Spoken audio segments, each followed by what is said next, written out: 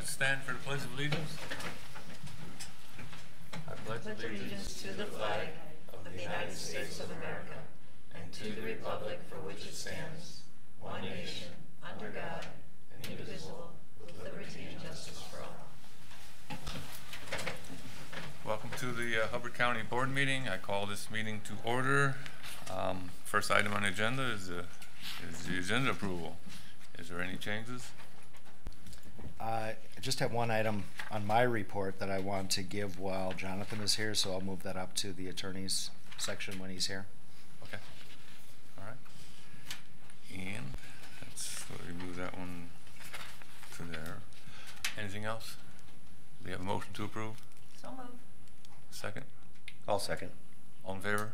Aye. Aye. Any opposed? All right, that passes. Public input?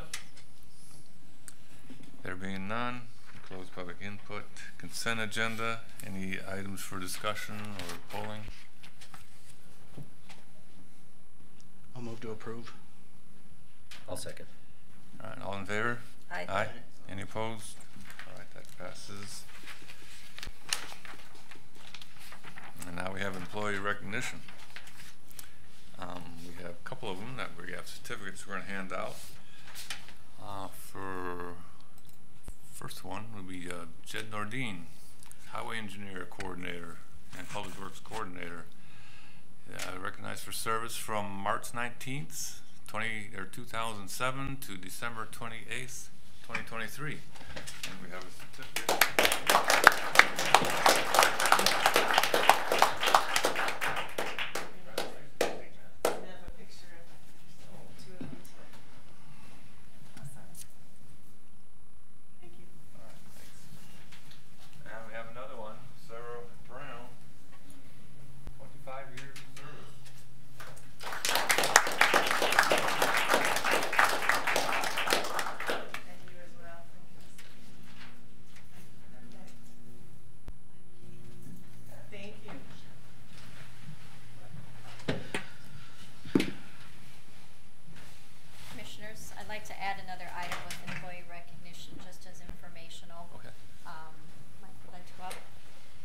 Just to let you know, this year, for part of our strategic development of trying to get employee development culture, we established a toy drive that the county employees did, along with a food shelf to help and support the community in Hubbard County. So Mike, as representative from the Wellness Committee that steered that effort, just wants to share with you what our results were as our first year kickoff item with that.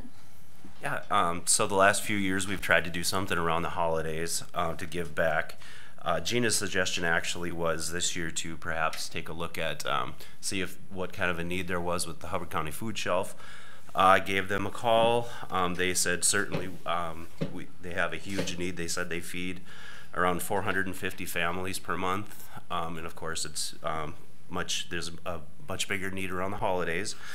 So we figured the Wellness Committee would be a good medium to run that. So through that, we had pickup boxes. We had 3 at the Government Center, first, second, and third floors, one at Public Works, one at Solid Waste, one at the Sheriff's Department, one at Human Services, and one at Veteran Services. So the first pickup was on November 17th, and as Gina said, toys were involved in that as well. The reason we didn't do that for the second pickup was the Legion was where we donated the toys, and December 2nd was their cutoff. So the first pickup was on November 17th, pickup delivery. We did a couple boxes of toys, which was much appreciated, but also 170 pounds of food, which we were very proud of. But then the pickup on December 15th was food only, and Hubbard County employees and yourselves, of course, donated 562 pounds of food. So that totaled 732 pounds. So that's something we're very proud of. Thank you. Thanks for doing that. Thank you. Okay. Well, then the attorney and Jonathan's not here, so I'll have to skip forward. Okay. Well, Jed, your last time in the spotlight. Well, we're going to let the surveyors go first. Oh, okay. All right. hardly any red dots missing anymore. I know. That's the goal. We're just here to do our annual report. I think we had a pretty good year this year. As you've been aware, the last few years, the numbers are always going to be getting lower and lower as we get closer and closer to fully remonumented, because the ones that are left are just a lot more difficult to get to. We have issues with GPS, and so they take multiple visits to try to get set. And the ones that are left are essentially a lot more complicated. There's either conflicting evidence or other issues like that. When you look at the numbers, 3,664 total corners. We're up to 3,312 that are set as of last week, and we'll finish the corner certificates through the winter here. We're working on them right now. So we did cross that 90% threshold for total monumentation. We set 60 new corners this year and 28 that were reset due to either road projects that we removed them and then reset them after construction, or we found that there was issues with them. They'd been either hit by logging equipment or other types of disturbance. And there was one monument that we got a call from a landowner and went out there, and the monument was actually missing completely, and I believe that it was pulled out by one of the adjacent landowners, but no one's ever going to admit to that. But there wasn't really any other likely cause for it to be completely gone. So GPS coordinates, that's another thing that we're trying to get completely done, and we're pretty much there. We have final GPS coordinates that are down to about half-inch accuracy on 99.8% of our corners, and 90.2 of all of the corners that are certified, or all the corners that are in the county. So 99.8 of the corners that are set in the ground. And we updated coordinates or reference ties to 55 corners this year. That's kind of routine maintenance. We try to get out to corners that either we haven't had any maintenance or any visits for the last 20 plus years. So usually when we go out to those, they're either missing reference ties or the landscape has changed drastically, and so we update the information on the corner certificate. And so we have 6 certified corners that don't have coordinates, and that's a caveat to that is they don't have a final coordinate. I have multiple coordinates on each of those, but there's kind of some other issues going on with those corners. One is it's not really able to be reset due to its location on a beach on a highly developed lake, and so there was some construction that happened that is kind of right where the corner is. So I just haven't decided what exactly I'm going to do about that corner yet. Our other jobs, we're constantly working with other departments. I would say in most cases it's natural resources with CHIP and now Corey. We did 23 surveys that required survey work and subdivision of one or more sections to establish property corners or boundary lines.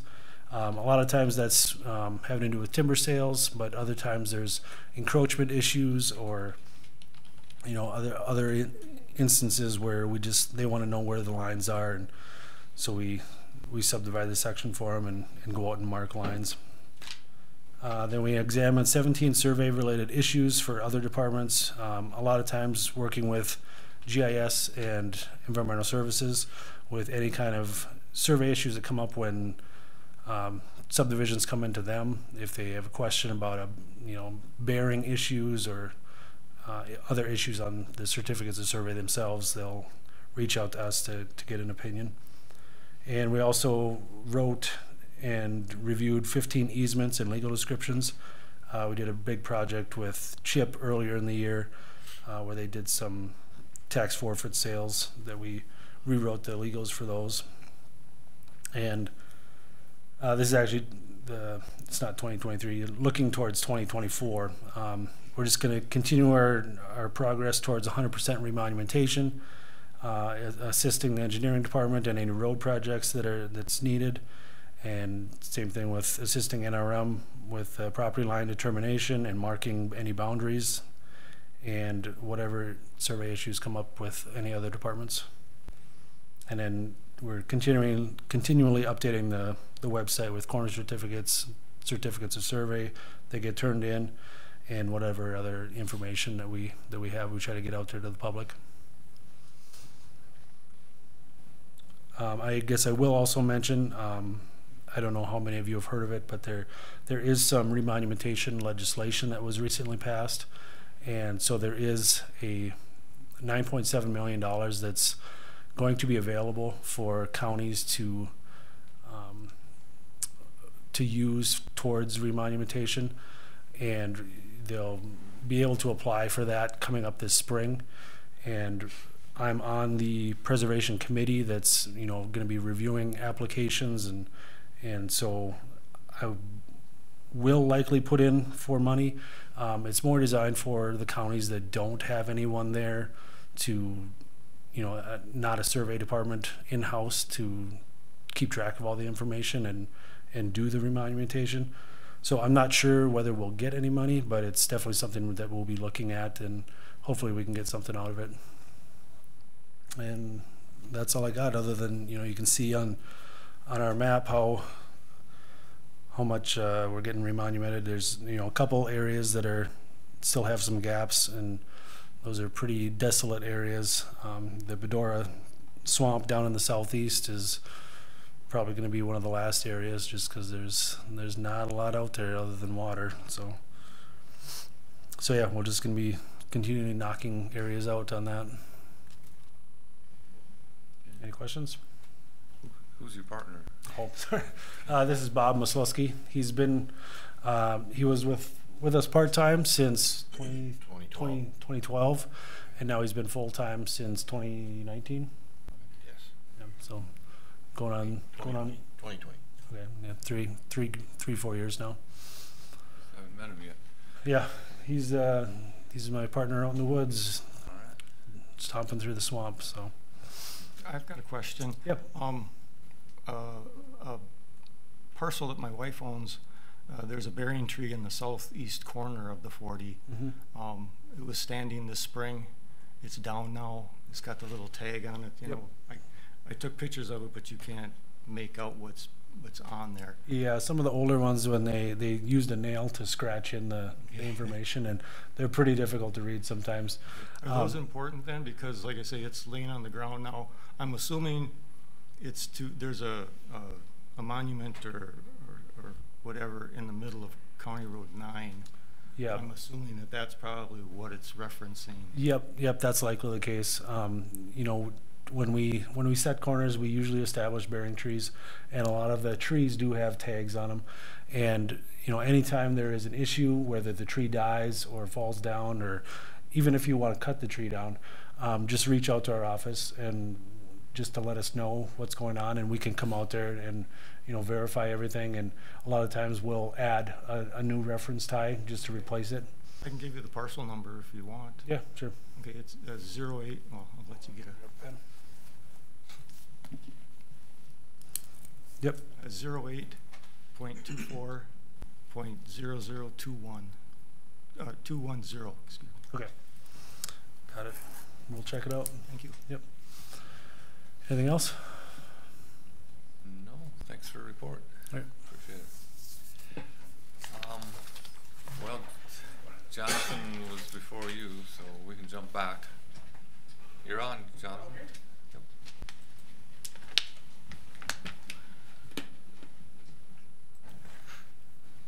I haven't looked at the agenda. Where are we at on the agenda? Oh, okay.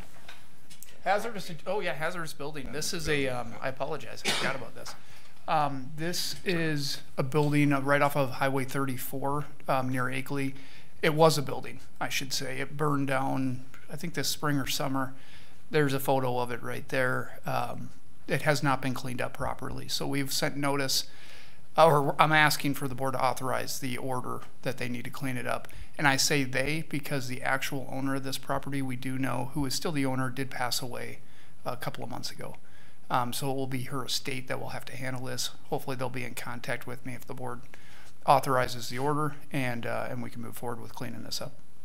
Would that slow it down a bit since an estate instead of an individual?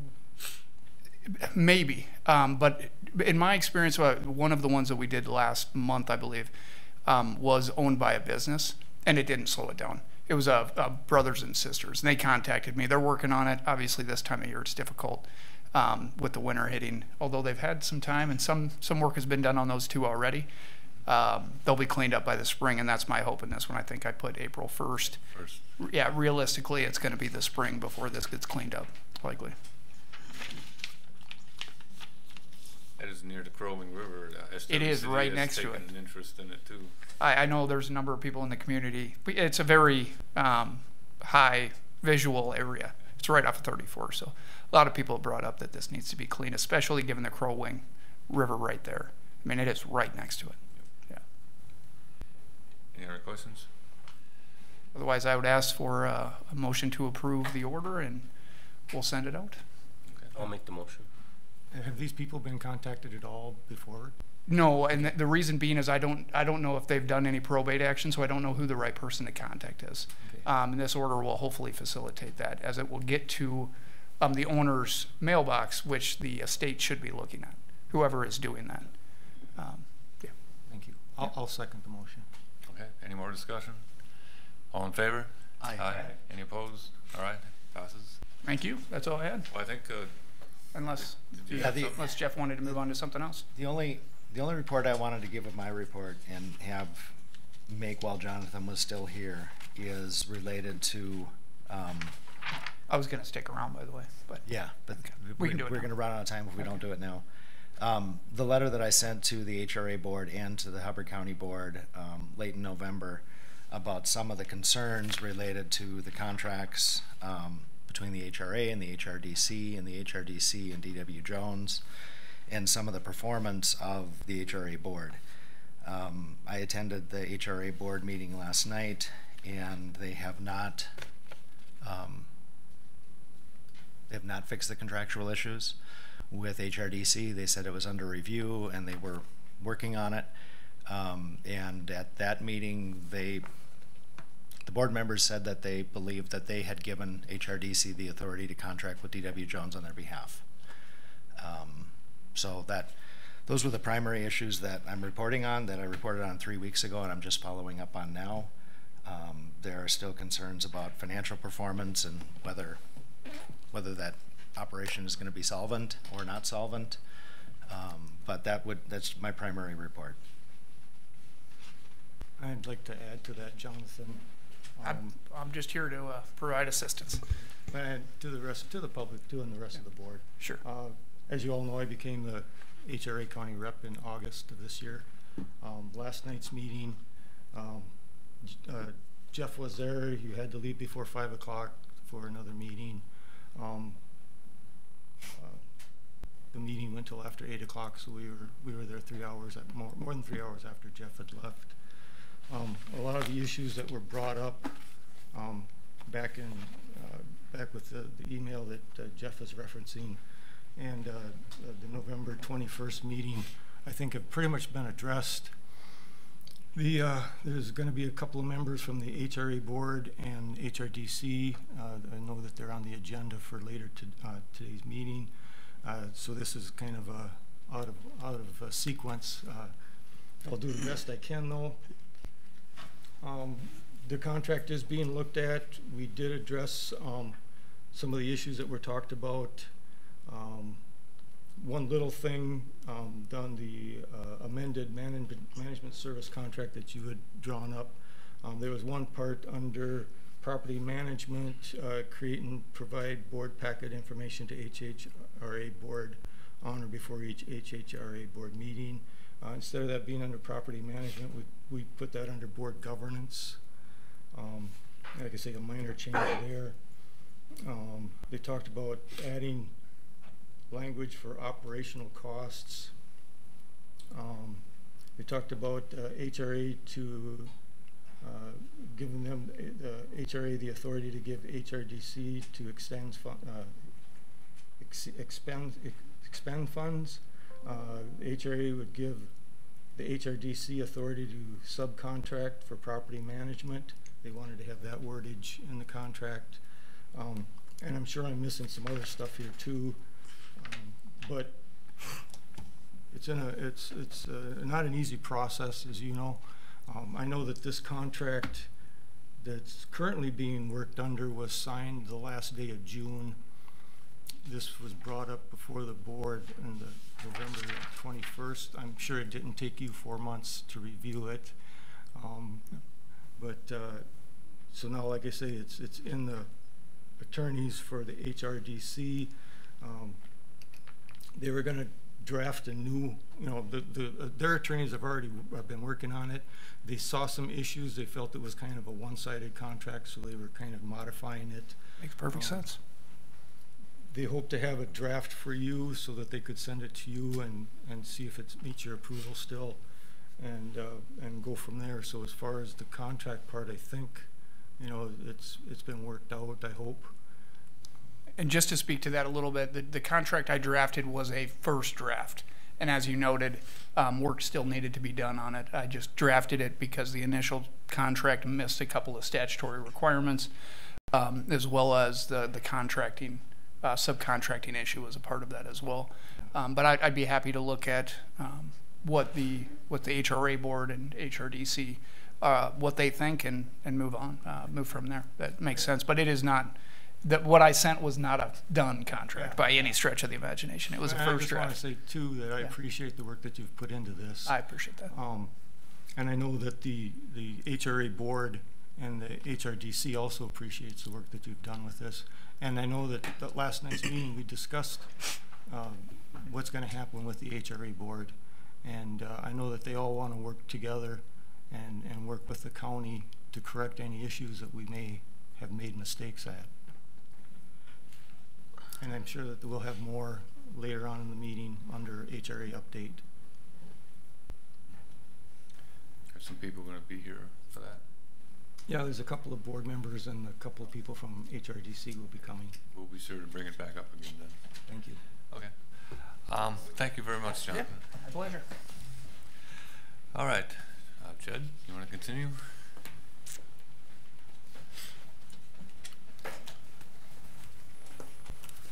Put a couple words in for the survey department.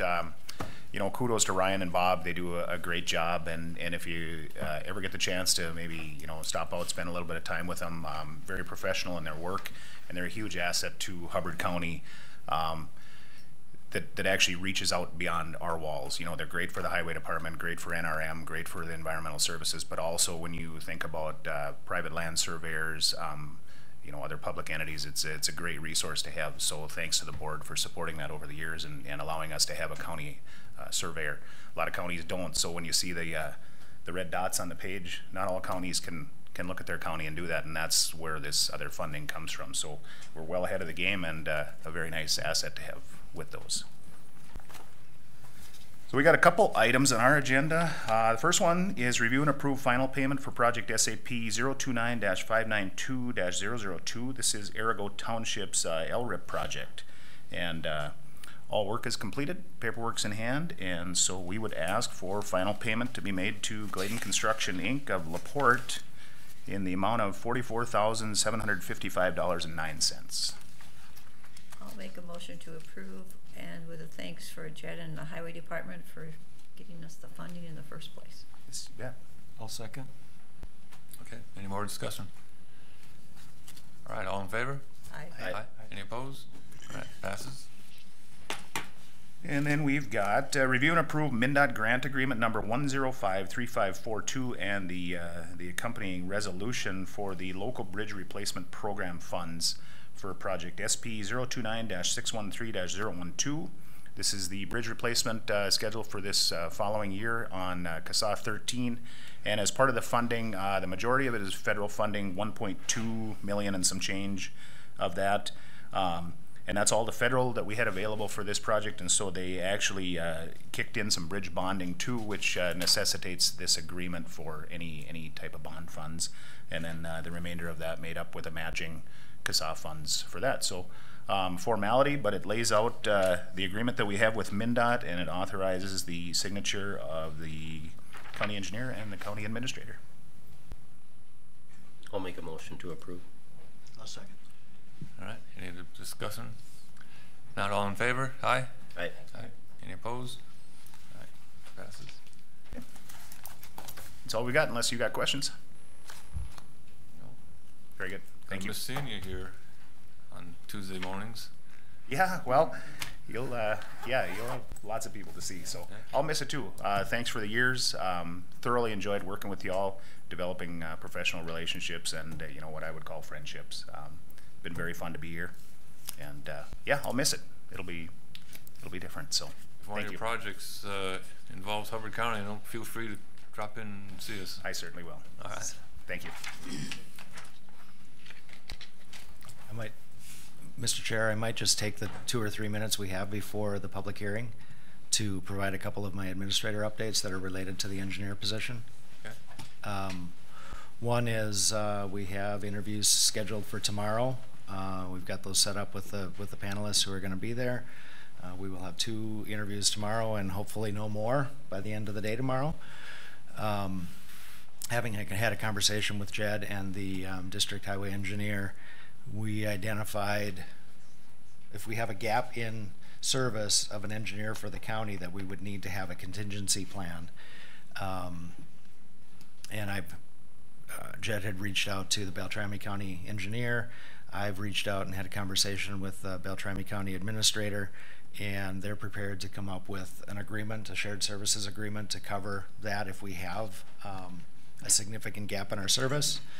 According to MnDOT, if we are able to hire out of this first round of interviews and get somebody here sometime in February of this year, they would not consider that that would create a gap. So a lot of contingency planning, a lot of scenarios, and we're going to know a lot more information by the end of the day tomorrow. So I don't know if anybody has any questions about that. Jed and Jeff and Krystina and Herb and I had met too and just kind of talked about how things are going to continue to work. The good news is Jed's got a fantastic staff, and I don't want to say that we're not going to miss him, but they're going to be able to get the work done in his absence until we get somebody else in that position. And they're going to do their best to facilitate that transition too. So I anticipate a very smooth transition in leadership in that department, primarily because of the work that Jed has done and the work that his staff do in just providing the services day to day. So I don't think we're going to have a gap, but if we do not have an offer and somebody accepting an offer by the end of the week, we probably will have a gap. So just plan for that scenario. If we end up not having an accepted offer by the end of the week or within a few days after that, I would recommend that we would probably go out and go back to DDA and ask them to facilitate a search for us. So that would probably be our process after that point. Do you feel positive about the 3 candidates that we have? We have 2 candidates now. Oh, down to 2. Okay. It's been down to 2 candidates now. Yeah, we had 4 applicants. 1 withdrew before review, and 1 withdrew since then. So we have 2 interviews set for tomorrow. And like you said, with Jeff and Krystina and Herb, they'll be able to fill the gap unless something major comes up. And if anything major comes up, they know that's what I'm here for, and that to support them in making a decision or escalating something to you if that's necessary. And then to have something in place with hopefully Beltrami County or something, that we would be prepared. So it's good. I will, if I need that, I will bring that to you on January 2nd at our first meeting. Okay, sounds good. So there, I filled the gap. Thank you. Okay, and it is 9. Well, yeah, we're 1 minute away. I have 9:30 on my computer. Well, mine just turned 9:30. Okay, we're probably the same. Okay, we have a public hearing for proposed 2024 fee schedule, and We need a motion to open the public hearing. About ready to say that. We need a motion to open the public hearing. I'll make the motion. Got a second? I'll second. All in favor? Aye. Aye. Any opposed? All right, we are open for the public hearing. Who's going to do the presenting? Presentation is very simple. This is an update of the annual fee schedule that the county publishes and issues. And statute requires that we have a public hearing so that people can make comments on that if they would like. Okay. You want to put that up where people can see it, and then I'll just ask, are there any public comments? Okay, there being none, any comments from the board? I have one. Okay. Under the sheriff's, so the state of Minnesota, starting January 1st in 2024, has added another layer to evictions. And if you'll notice, the sheriff's department has increased their per hour, deputy per hour on eviction notices. And so it's already quite expensive to evict someone. And the changes, not only from the state of Minnesota, and this will make it, it's prudent that landlords try to collect rent because it costs a lot to evict someone. Any others? So the procedure, we got to close public, Close public, yep. and then we vote on it. Okay, we have a motion to close the public hearing. So moved. I'll second. All in favor? Aye. Aye. Any opposed? All right, we close the public meeting. Now we need to make a motion on approving these schedules. I'll move to approve the fee schedule 2024. I'll second. Okay, all in favor? Aye. Aye. Aye. Any opposed? Okay, those fee schedules are approved.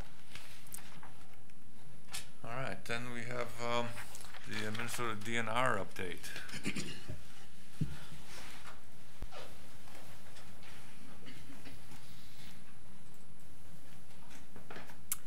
Good morning, Chairman, Commissioners, and thank you very much for having the Minnesota DNR here today and me here to talk to you. My name is Teresa Ebengay. I am the Regional Director for the Northwest Region of the Minnesota Department of Natural Resources, and I cover pretty much the whole northwest corner of the state. I have 23 different counties, and Hubbard County is one of the counties in the area that I manage. I oversee all 7 divisions of the Minnesota DNR, and I'm kind of the eyes and ears for the Commissioner's office out here. Today, hopefully you have in your packet kind of a sheet. Basically what I've been doing is I've been going around to each one of the 23 counties and just doing a meet and greet. Just wanted to, get to know you a little, have you guys get to know me a little bit, talk to you about any, issues, concerns, opportunities that you may have, and open it up for questions from you guys. Before we begin, if it's okay with you, Chairman, I'd like to have the other DNR people here in the room introduce themselves. Certainly. Thank you. Good morning. My name is Carrie Ross. I serve as the Northwest Regional Planner. Morning, I'm Blaine Klemick. I'm the Northwest Regional Wildlife Manager. Good morning, I'm Ben Berge. I'm the Northwest Region Parks and Trails Manager. All right, so I'll go over a couple of things on the sheet here. I'm not going to read it verbatim. I'm sure that you all are able to do that yourselves, but I just wanted to highlight a couple of different things. Here in Hubbard County, we do manage approximately 639,000 acres, which is about 14% of the county land base here in Hubbard County. We have many different state-administered land types, everything from 23 aquatic management areas, a couple of canoe boating routes, 3 fish management areas, 3 scientific and natural areas, 6 state forests, 1 state park, 1 state recreation area, 2 state trails, 27 water accesses, 1 wild and scenic river, 7 wildlife management areas, approximately 76 miles of hunter walking trails, over 274 miles of grant and aid off-highway vehicle trails, and 350 miles of grant and aid snowmobile trails. So again, we have quite a presence in Hubbard County, and we really enjoy working with Hubbard County on all of these areas. Along with that, in 2023, we had a payment in lieu of taxes of $1.1 over $1.1 million for all of those lands that we manage here in the county. We have 49 full-time and 133 part-time or seasonal and intermittent employees that work here in this county. Some of the successes, we have done the Big Sand Public Water Access Development Project, which was completed in 2022. One of the big things is the Heartland State Trail and improvements to that. We had the tunnel construction under Highway 71, and again, we plan to build that trail to Itasca State Visitor Center here in the summer of 2024. So we're pretty excited to increase that state trail and have that access to more visitors in the area. You can kind of read through some of the others here. Another big one that we unfortunately are working on is CWD management and surveillance. We started this in 2021 because of a positive deer farm that was northeast of Bemidji. Unfortunately, since then, we have found 2 additional wild deer that have had positive CWD tests in 2022. And so we have actually expanded the work to include 2 other deer permit areas in 2023. And we continue to do that CWD surveillance in the area. Some of the opportunities that we have is DNR staff are developing a response plan for jack pine budworm outbreak in the Bedora jack pine woodland scientific and natural area. We want to make sure that we continue to have healthy forests, especially in that scientific and natural area. So we continue to work on that. We are working very closely with the county and townships to identify and protect important conservation lands. I'm sure you've heard of the Minnesota Heritage Forest Project and the TCF Conservation Fund and purchasing some of those properties.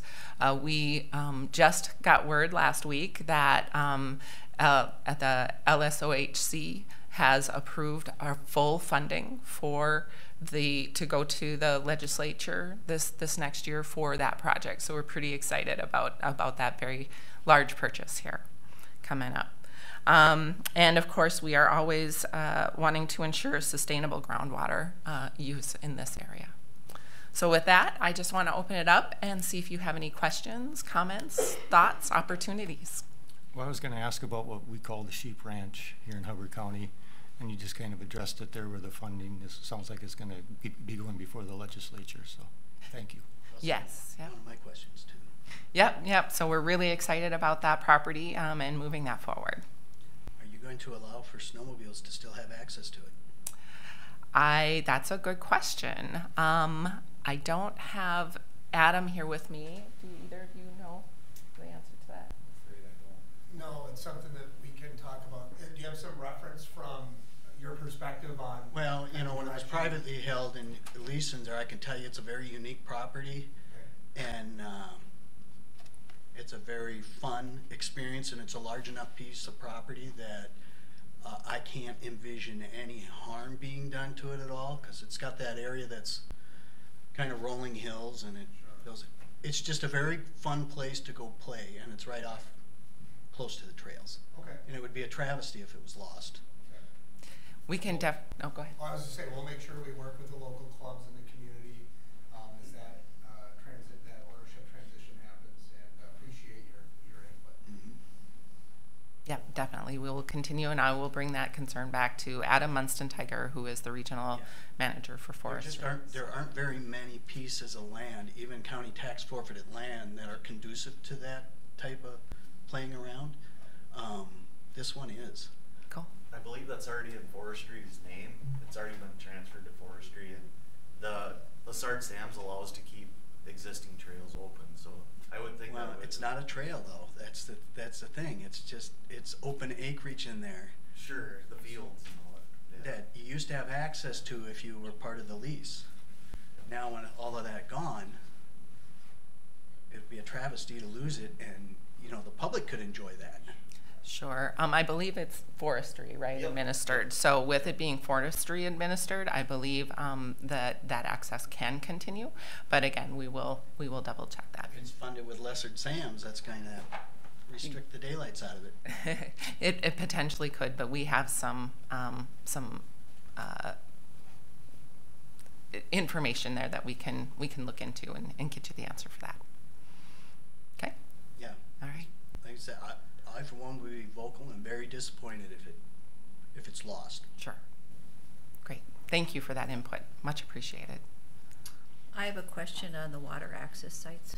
Sure. So I know a lot of accesses, you don't own the road, you just own the access itself. Are there any places in Hubbard County that you know of? I'm thinking specifically of a place where there's a possibility of having a campground, and the public access there is not conducive right now to a lot of traffic. And so what would be the procedure to go through to get you to upgrade the access, and possibly, it sounded like just the residents were keeping the road up, so I haven't checked out to see if it's a township road or if it's a road that you guys own. What would I do to find out further information? Sure, I'm going to turn this over to Ben. Sure, thank you for the question. So my recommendation would be I would be a initial contact for you, and I can provide Ben Berge. You can take that, and I'll give you my phone number. Okay. 218-553-2002. Okay. And generally what we do in cases like this, so can I just ask a quick question? You said, are you looking for the state to provide camping or the county? No, there's a private person, and it's just going through the CUP process right now. Yep. And part of the concern was the access to the lake. Sure. So we would be happy to meet on site, either with maybe we'll figure out who the road authority is. So we'll figure out, and we can help do that. So if you give me a call, we'll help figure out the appropriate road authority. Okay. Perhaps individuals along this future campground owner and ourselves can meet and talk about that. We do continually look at our list of public water accesses. Right now, we have a pretty long list that we're updating, and so perhaps we can look at this one. Do you know which one it is? Do you mind? Pickerel Lake. Okay. I'm not familiar with that one, but my crew obviously is. So give me a call and we'll start that process. Okay, I will. Thank you. Working together with the local community is how we'll kind of figure out our path forward. All right, thanks. I have another question related to access too. So it's probably go to Ben. What's it going to take to get the north access on Long Lake repaired? So we have a lot of repairs that are needed across our access. I'll fully acknowledge that. I can take that back and talk with the crew. Right now we're in a good position right now with funding.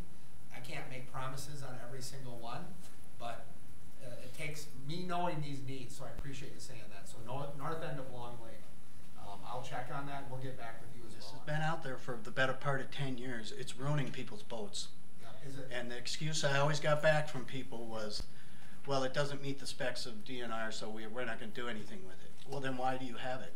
Sure. If you're not going to maintain it in a state of good repair, it is in disrepair. You can't even drive and launch a pontoon there without smacking your tunes because of the holes that are created. It needs to be maintained. Yeah, so we do have an issue with holes from power loading everywhere. One of the things that I like to encourage us to do, to your point, is to design, we're not going to stop power loading, it is a fact. And so designs that take that into consideration, making sure that our planks are long enough so you don't end up with a hole that you back into. I'll get back to you on that one and see where we're at in terms of. And when you do get to it, you need to trim a lot of trees in there too, because as these boats are getting bigger with the wake towers and things like that, they're just smacking branches left and right too. This whole initiative with where we're at right now is to modernize our accesses because of the things you bring up. One, the way people load today, the size of the watercraft, and that goes from personal watercraft from a kayak to a 26, 28-foot pontoon with twin 400 outboards on it. And so we're looking at these accesses to make them better for everyone that uses them, from, like I said, small watercraft to large. So this should be prioritized because as long as I can remember, it's probably 20 years. It's always been in a state of disrepair. Yeah, so thank you for that. This last legislative session, we the DNR got a pot of funds called Get Out More, modernizing outdoor recreation areas or something like that. Acronyms in me. Anyway, it was a pretty large pot of funds that we can put towards this type of thing. And as Ben has said, we are in the process right now of prioritizing lists. So this is the perfect time for us to hear this information. So thank you. I have another question. I'm the county board rep for the CUP right now, and so they approved to send it to us last night at the meeting. And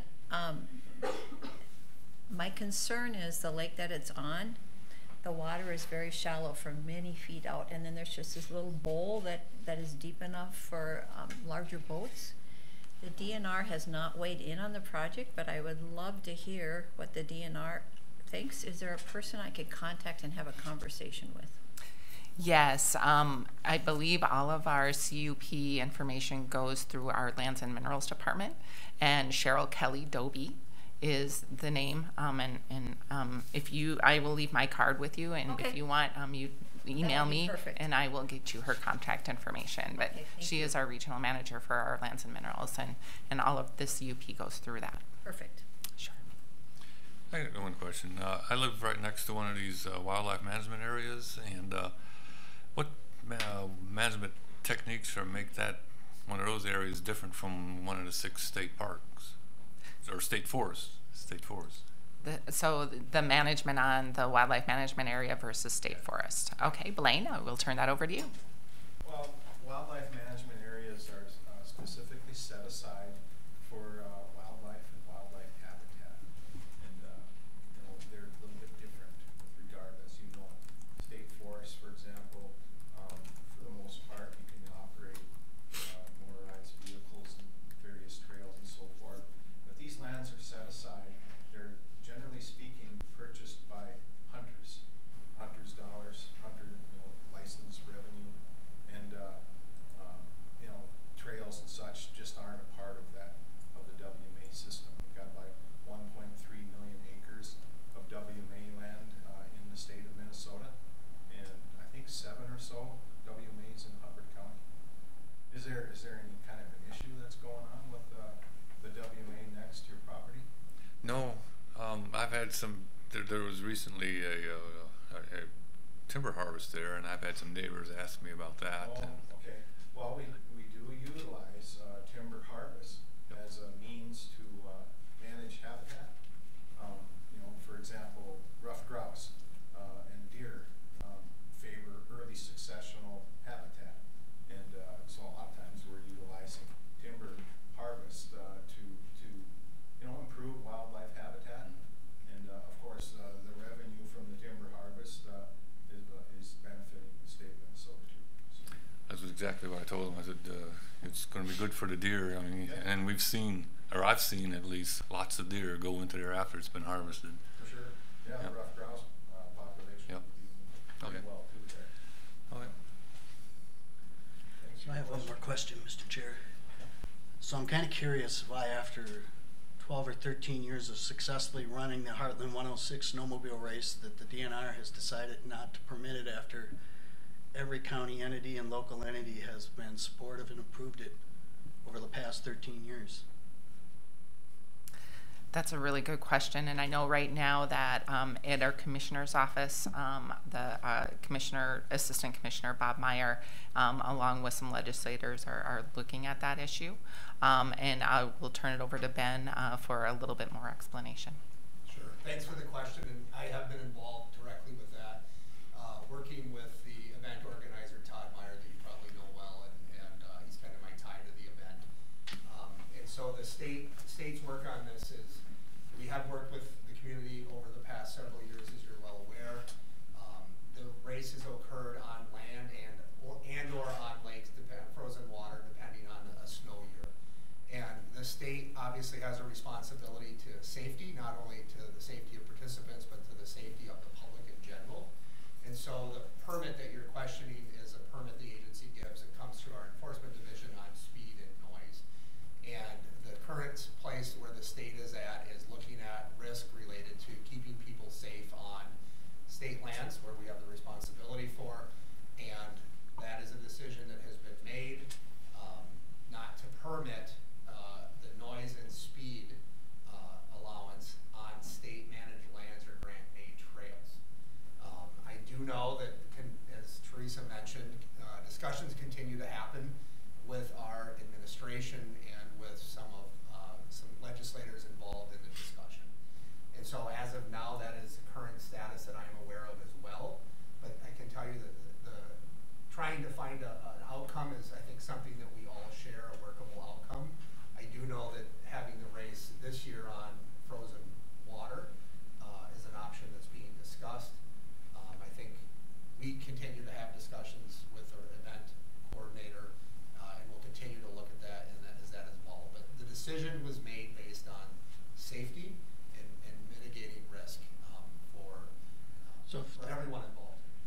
decision was made on safety, pray tell then, after 12 years of permitting it, what has changed?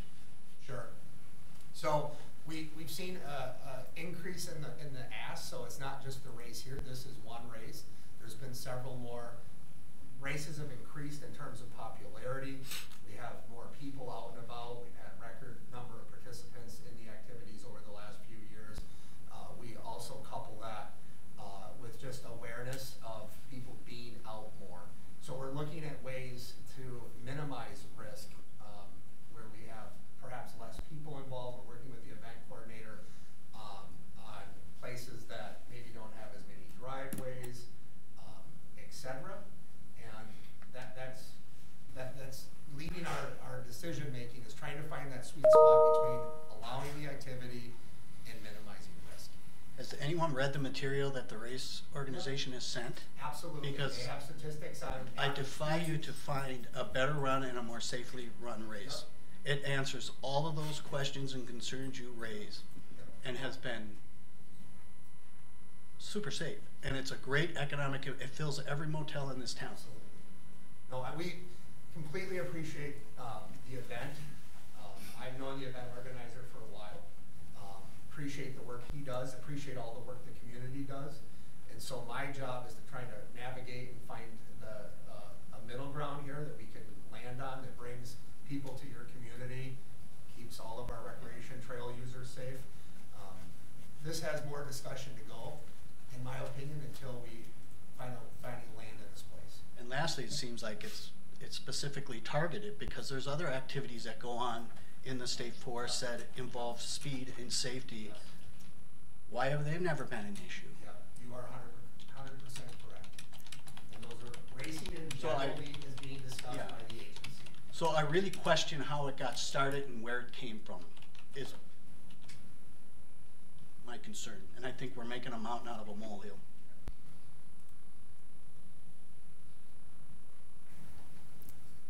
Thank you. Thank you. Any more questions? I just have one, Mr. Chairman. The item that talked about the Benedict public water access transferred to the DNR, and then the Fishhook River Bridge property on legislative docket to be sold on the south and potentially donated to the Hubbard County. I thought that was kind of arranged that those two things were going to happen at the same time. Is there a process we need to go through to? That's a good question. Again, Cheryl was not able to be here today. That's under our lands and minerals. So, I mean, if there's a process like there is with tax forfeited land where we need to submit a letter saying that we're requesting that be donated rather than be sold publicly, we need to know the timing of that and the details on that, because that property is not conforming. It doesn't belong in a private use at this point in time. It really needs to be added to something one way or the other from it. Sure, sounds good. Again, we took that information down, and again, I will give you my card here at the end. And if I don't get back to you, we don't get back to you, please give me a call right after the first of the year, and we'll get some information for you. Thanks for asking that, Jeff. Mr. Chair, I just have one more comment. I've been on the board since 2016, and I don't think I've ever seen 4 DNR people in the room at the same time, and so I really appreciate all you coming. Oh, sure. And contacts that we can get our questions answered, so thank you. Yes, definitely, and that's why we're here today. Is I want to make sure that DNR is out here in your communities. This is your community, and we want to make sure that what we do within your community is the best thing that we can. So that's why we're here today, and we will continue to do so. I'm hoping to get here at least every couple of years, and if you want me to come at any time, I'm more than willing to do that. I have an open door, open phone policy, so please give me a call. If you want me to come back, I sure will do so. Thank you, Teresa. Great, thank you. I will hand these over here, and he can pass them around. Thank you very much again for having us today. All right, thank you. Okay, Corey.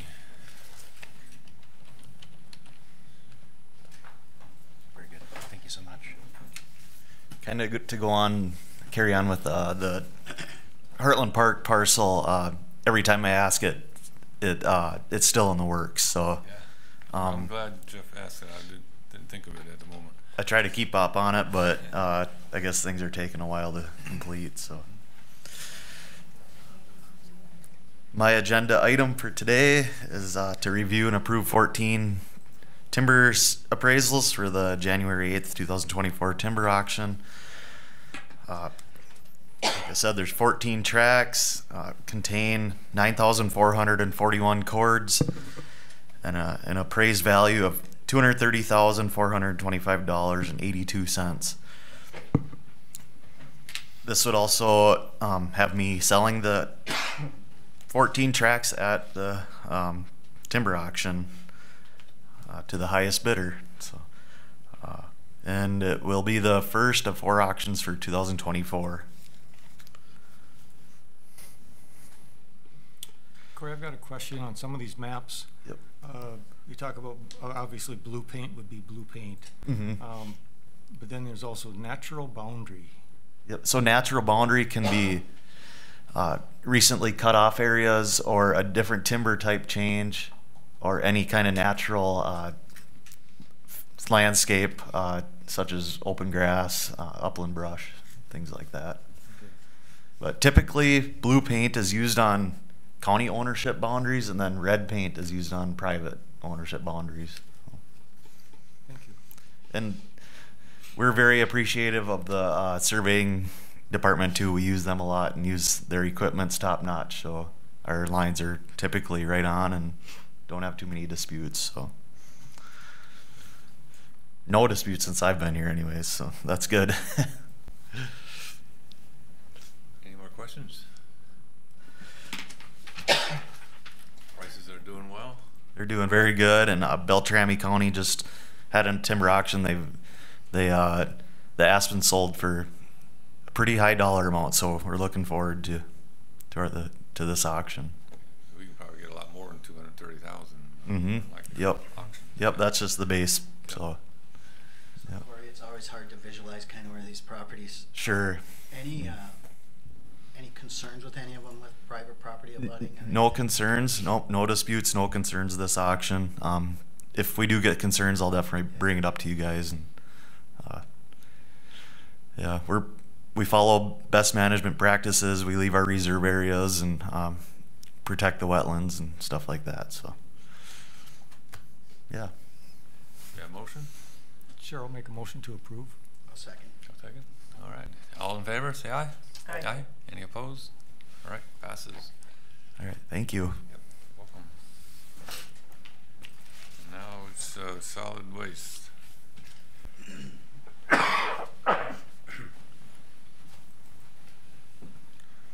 Good morning. Good morning. All right, so the first item I have for you today is to review and approve quote for material handler for solid waste. Let me flip through it here. So we budgeted to purchase a material handler in 2024 for waste handling needs at the South Transfer Station, as outlined in our 10-year capital plan.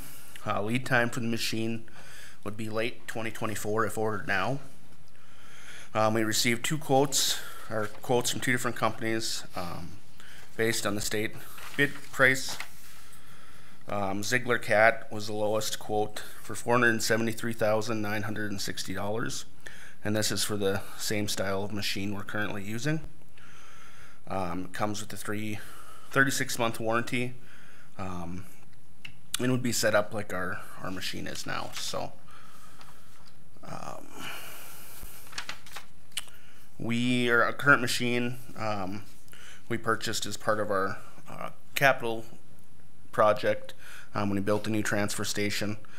So the hours are well over 5,000 hours on that machine, and it's our primary machine where we load, that's how we load garbage at our south facility. So it's very important in our operation, and this will allow us to keep our operation going. We'd use this, our existing machine, we'd keep that and use that for a backup, and it also allow us to do some additional sorting and items with our backup machine that we're not able to do now, such as stacking shingles, concrete, and working through brush. So After this purchase, then we'd look at kind of moving to a 7-year replacement schedule on those machines. So,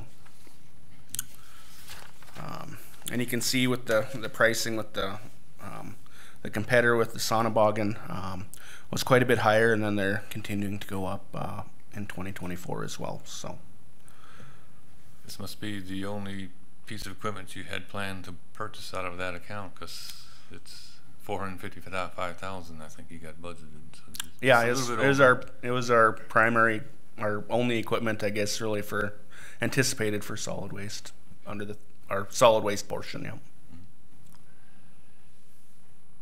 All right. Got a motion? I'll make a motion to approve the low quote. I'll second. Okay. Any further discussion? I just noticed, Josh, that estimated time of arrival would be third quarter of 2024. So I see the other ones look at July, but so we're talking maybe a couple of months difference, I'm guessing. Yep. Thank you. And you that amount that's over 455, you're going to be able to have the money. You got excess. Yeah, I mean, you know, back when I was putting the budget together, you know, 455, I thought that's what the price tag was going to be, and you never know about exceeds that. it a little bit, but still within the ballpark, and we should be fine with our budget. So. Okay, good. Okay, all in favor? Aye. Aye. Any opposed? All right, that passes. All right, and the next item I had for you was to review and approve a contract with Recollect.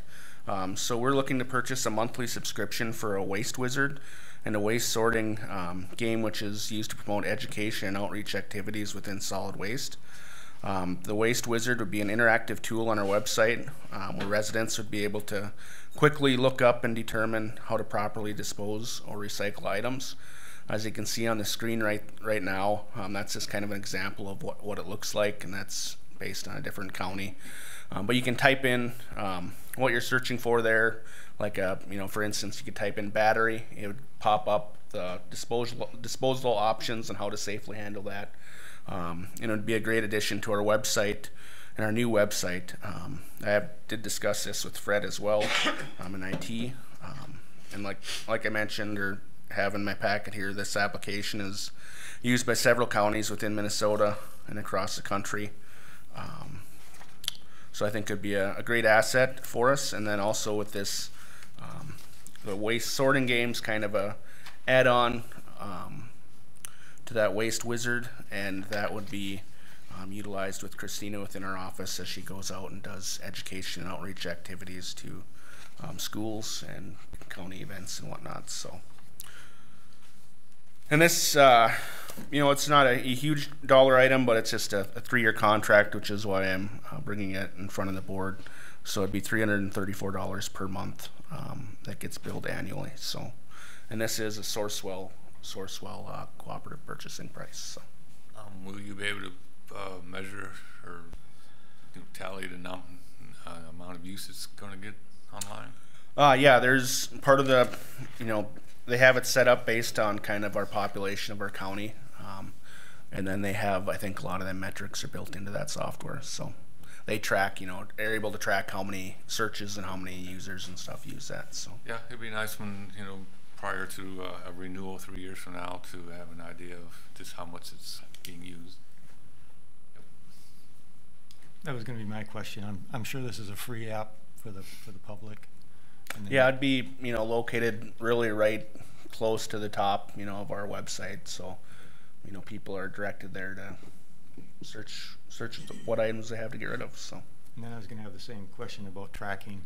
If you'll be able to see, like Tom said, that be nice to know if when it comes up for renewal, if it's being used, then definitely I would think we could renew it, and if it's not being used, then don't renew it for sure. It's nice to have those measurables. Mm-hmm. Yeah. All right, any more questions? All right, have a motion. I'll move to approve. I'll second. Okay, any more discussion? All in favor? Aye. Aye. Any opposed? All right, that passes. All right, that's all I had, unless anybody has any questions. So. No? All right, thank you. Yeah, thank you. Okay, Gina.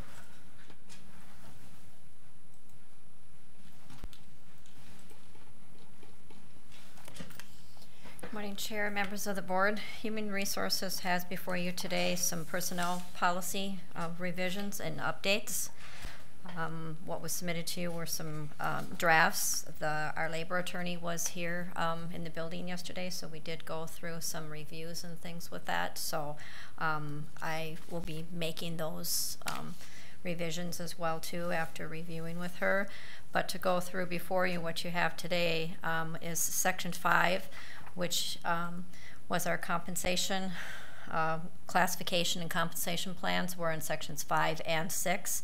Basically, we just pulled them together into one section. So it's just Section 5 that's called classification and compensation. So just to that's like a housekeeping cleanup situation there. One of the other edits, though, that was made or update within that compensation and classification we had is when an employee would move or transfer to a higher classification position, basically like a promotion, there was a 10% increase, and we've made that change to be at least a 4% increase.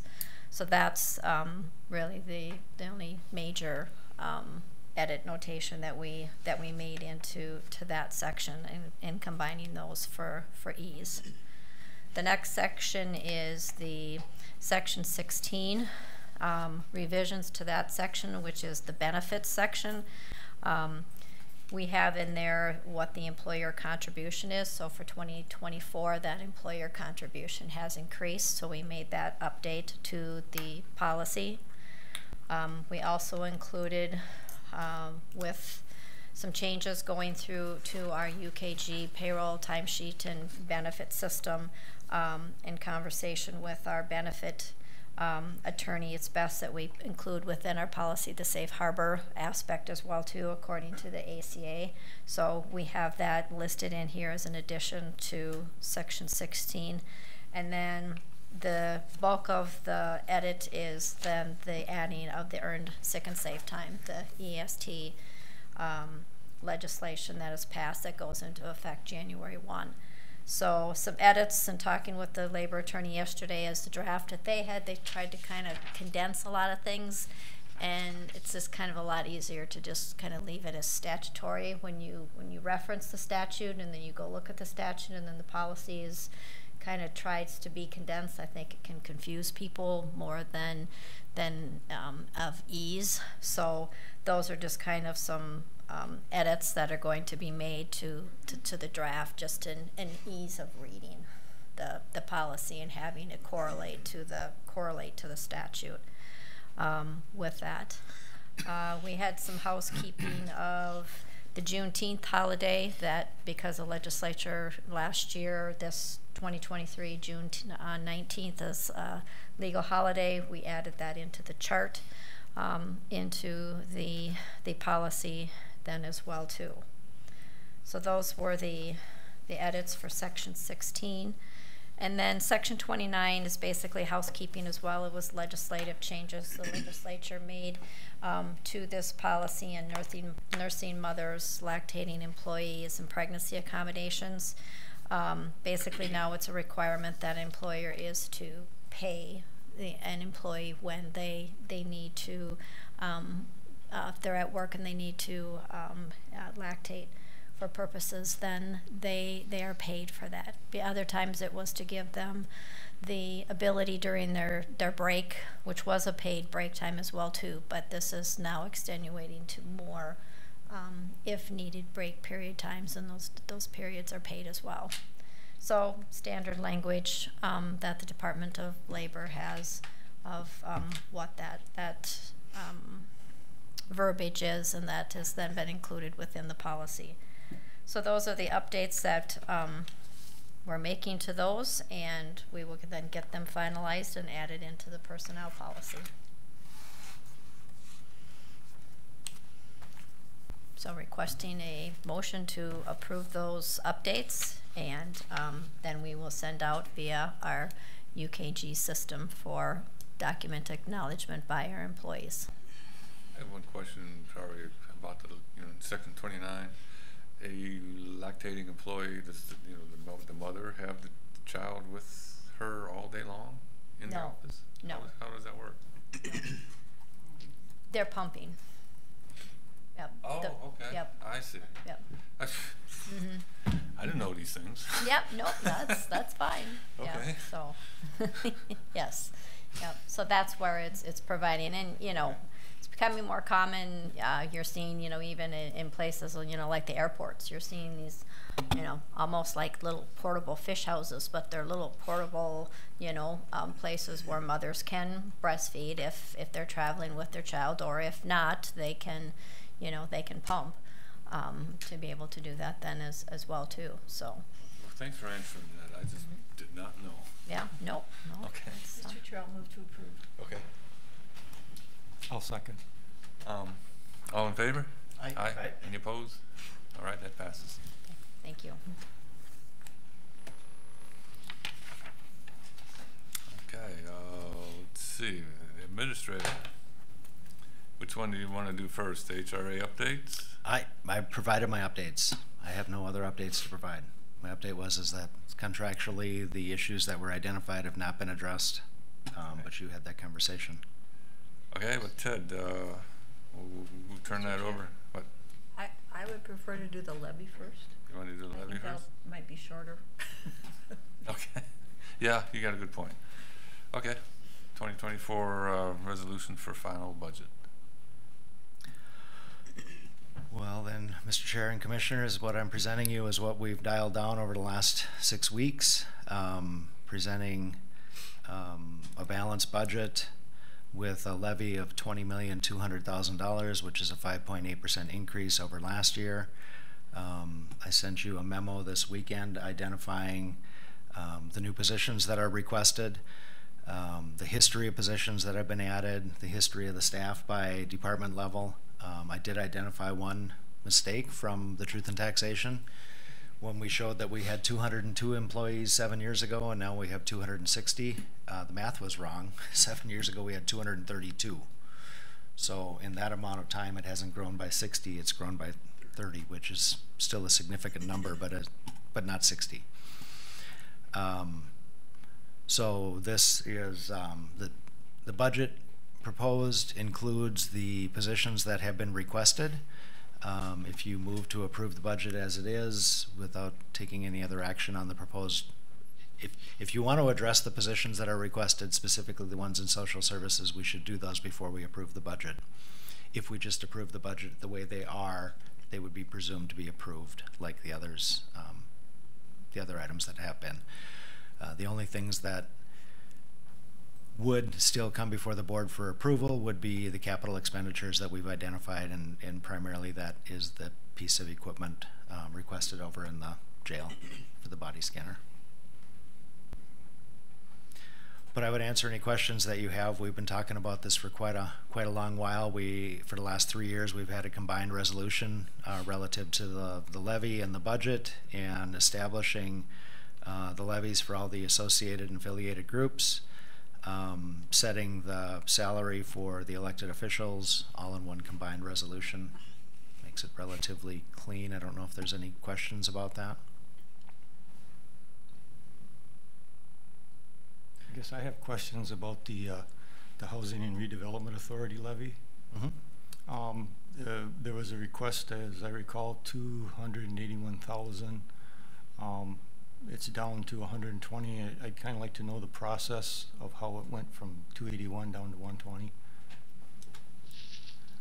During that conversation, a whole bunch of, most of the request was taken off, and above the 120, what was left was the capital requests, and the capital requests could still be made through the EDA funds that we have and the housing trust funds that we have. They wouldn't have to be put into the specific levy for HRA. You could make that change at this point if you wanted to.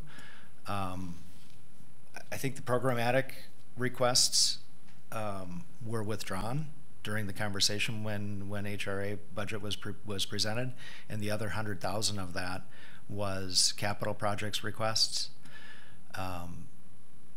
And we have other sources of funding. If you want to put them into the HRA levy, you could make a motion to do that. That could be adjusted. We do have the Housing Trust Fund, and I know that there are applications being made and likely going to be granted for next year for some of the capital needs. of the HRA projects. Well, this So is that, one- so in my mind, that the request never actually, for the levy, never changed. The budget was presented as being higher. Okay. And we talked about it a little bit last night at the HRA board meeting. I personally do like the idea of going through the Housing Trust Fund with those other requests. The other option, of course, would be to add it to the levy, which then we are levying property tax owners additional monies there. I just did want to state, though, that to lobby for those funds right now, to be used out of the Housing Trust Fund. We gave millions of dollars to the county nursing home that were definitely needed. We have HLDC, which is a nonprofit, not a county entity. We gave them over $700,000, or in the process of giving them over $700,000, and borrowed them over $1,031,000, if I have my numbers correct. And so with the HRA request, which part of it was a housing study, which I think would benefit all of Hubbard County. And then there was the delayed maintenance stuff that really needs to be taken care of. Like I say, if I know that stuff was going to be taken care of through the Housing Trust Fund, I would appreciate that. The only other question I have now, we had a lot of people come before us, asking for budget requests. HLDC was one, and I don't see them on this list here at all. We're still funding them, aren't we? Yes, they're not on this list. They're in the 124 pages of the budget detail. Okay, and then Up to 100,000 now. okay, so they got their 30 to 35% increase. Yeah, from 72 and add 28,000 to it. That's what's in there now. Okay, thank you. Ted, I believe there has been funding found to pay for a housing study. The details just need to be worked out, and I can't remember who's going to fund it. Just one of the Minnesota Housing Association. Okay. Well, I'm kind of information. Okay. Kind of wondering what other commissioners are thinking about these 3 positions at social services. I was thinking about that a little bit, and they definitely can show the need. That's not the problem, but I have the problem of FTEs growing rapidly. So I wonder if, you still have to budget for it, it's still going to cost money. If we bring those positions on over the next 18 months, kind of tames it down a little bit without one big hit right away. So approve the 3 over in 18 months? That doesn't mean that we You have could to have one reword right it. away, and then 6 months later add the second one, and the third one 6 months after that. Oh, okay. I was just going to wonder, Basically, if say up to 16 months, they can hire the 3 right away. Right. Yeah, okay. How about others? Well, as was noted by Brian, a great percentage of these, of their position will be paid for. However, it's still paid for by some tax dollar, even if it isn't paid for by our levy. We're being reimbursed, but overall it's paid for by tax dollars. It's an area nationwide that just keeps growing. Yeah, I don't really see it slowing down either from everything that I've seen. There's potentially a challenge that 12 months from now we'd be behind the 8 ball on one or more of these again, or due to program changes. There's being more and more requirements placed on everybody that is working in social services by the state. Right. And it just takes so much more time to do all of the paperwork, do all the research, and why pay someone at a high pay rate when you can have a case aide doing all of the, so to say, busy work of it behind the scenes. So an example that would be to disenroll after COVID now. So the state came out with a criteria to disenroll, and then found out that they were doing it incorrectly because children were being disenrolled. because they were disenrolling by family, so now they've had to go back, and so that would be an example where you're talking about how the work is increased, Yep. and it has to be done. Yep. In order to meet the requirements that Yes. they set forth. Yes. Yep. There's the possibility of delaying some of those, one or more of those positions for a period of time. Just remember the revenue calculations that are in here are estimated at having those positions for the year. So we show the expense for the positions for the year, and we show the revenue that they would be able to collect for the year. Delaying one of those positions for 6 months or one of them for 9 months would probably not have an impact on the net cost of operation, which is the catch-22 with this conversation. And as we have discussed, that there is a need, and they are built into the budget right now, as Jeff just mentioned. So I guess personally, I'm in favor of them, the support of them. Okay.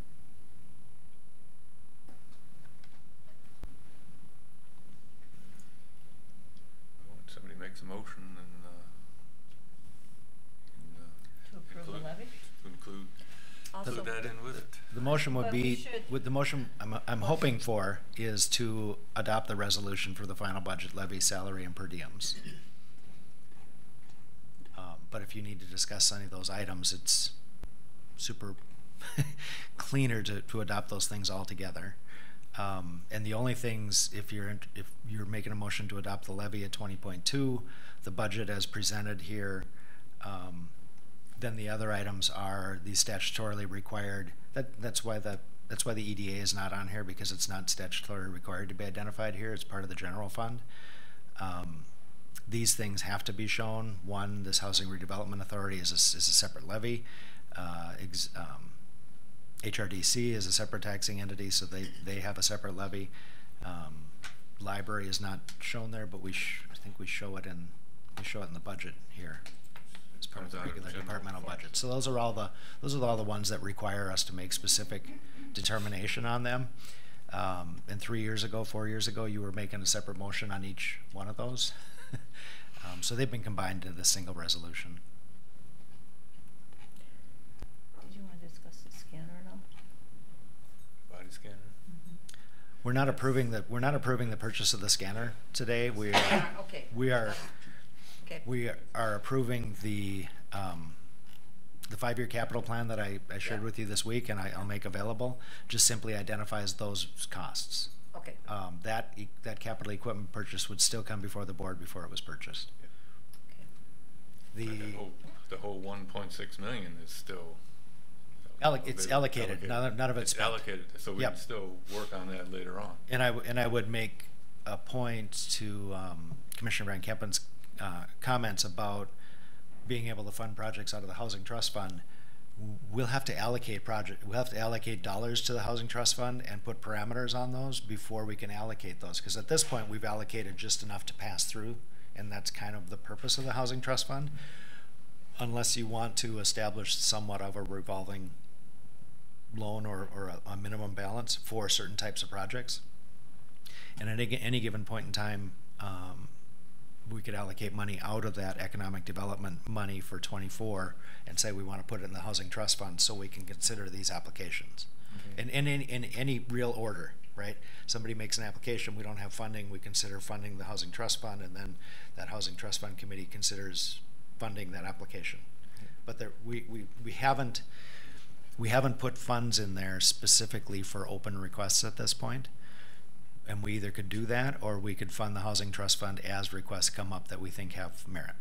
And isn't the state giving us $225,000? As soon as they open up, as soon as they get their program together and allow us to apply for it. Okay. And I heard that is going to be opening late January. Okay. So yes, we would get a 1-to-1 match on the first 150 that we deposit into the Housing Trust Fund, and 50 to 1 or 50% to 1 on the second 150 for hopefully a total of $225,000 of matching funds. Okay. And that's part of the $300,000 they were giving to HLDC for the apartments. The 300 we're giving for that is what we're going to use as our match for the 225. Yeah. Okay. Thank you. So there will be some money in there at some point.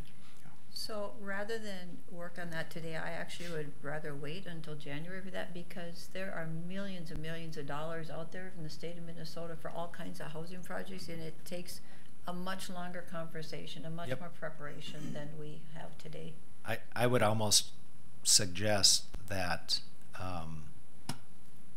we hold off on funding Housing Trust Fund until we actually have applications that we can determine have merit, and then we can come to the board and ask for the funding for that. Right now, I know that there are people who have asked for the application form. I know that there are people who are working on that. But I think we have limited dollars at this point in time, and we have kind of a time frame. So I think it makes sense to actually have those applications in hand before you consider that. But if you look at the 5-year plan, you see that there's unallocated economic development dollars, so we have the ability to do those things. And I believe that some of the redevelopment grant that HLDC is applying for on behalf of the city, I think that one of the projects for the HRA was I don't know if it was the Regency project or which one it was, but the capital needs for that were included in that deed application. So we won't get too far into the new year before we know how much money we have to work with and how much money we would need to put back into it to get those things done. Mr. Chair, I'll move to approve with whatever wording needs to be said. And the positions, the 3 social service with those included? Yep. Okay. I'll second. Second. Any further discussion? Okay. All in favor? Aye. Any opposed? All right. We've done that one. Probably our biggest one of the year. Well, now, HRA updates. There's a couple of members from the HRA board and HRDC here to help me today. I don't know where we want to start. Earlier today, before you folks got here, there was a little discussion with Jonathan about the contract.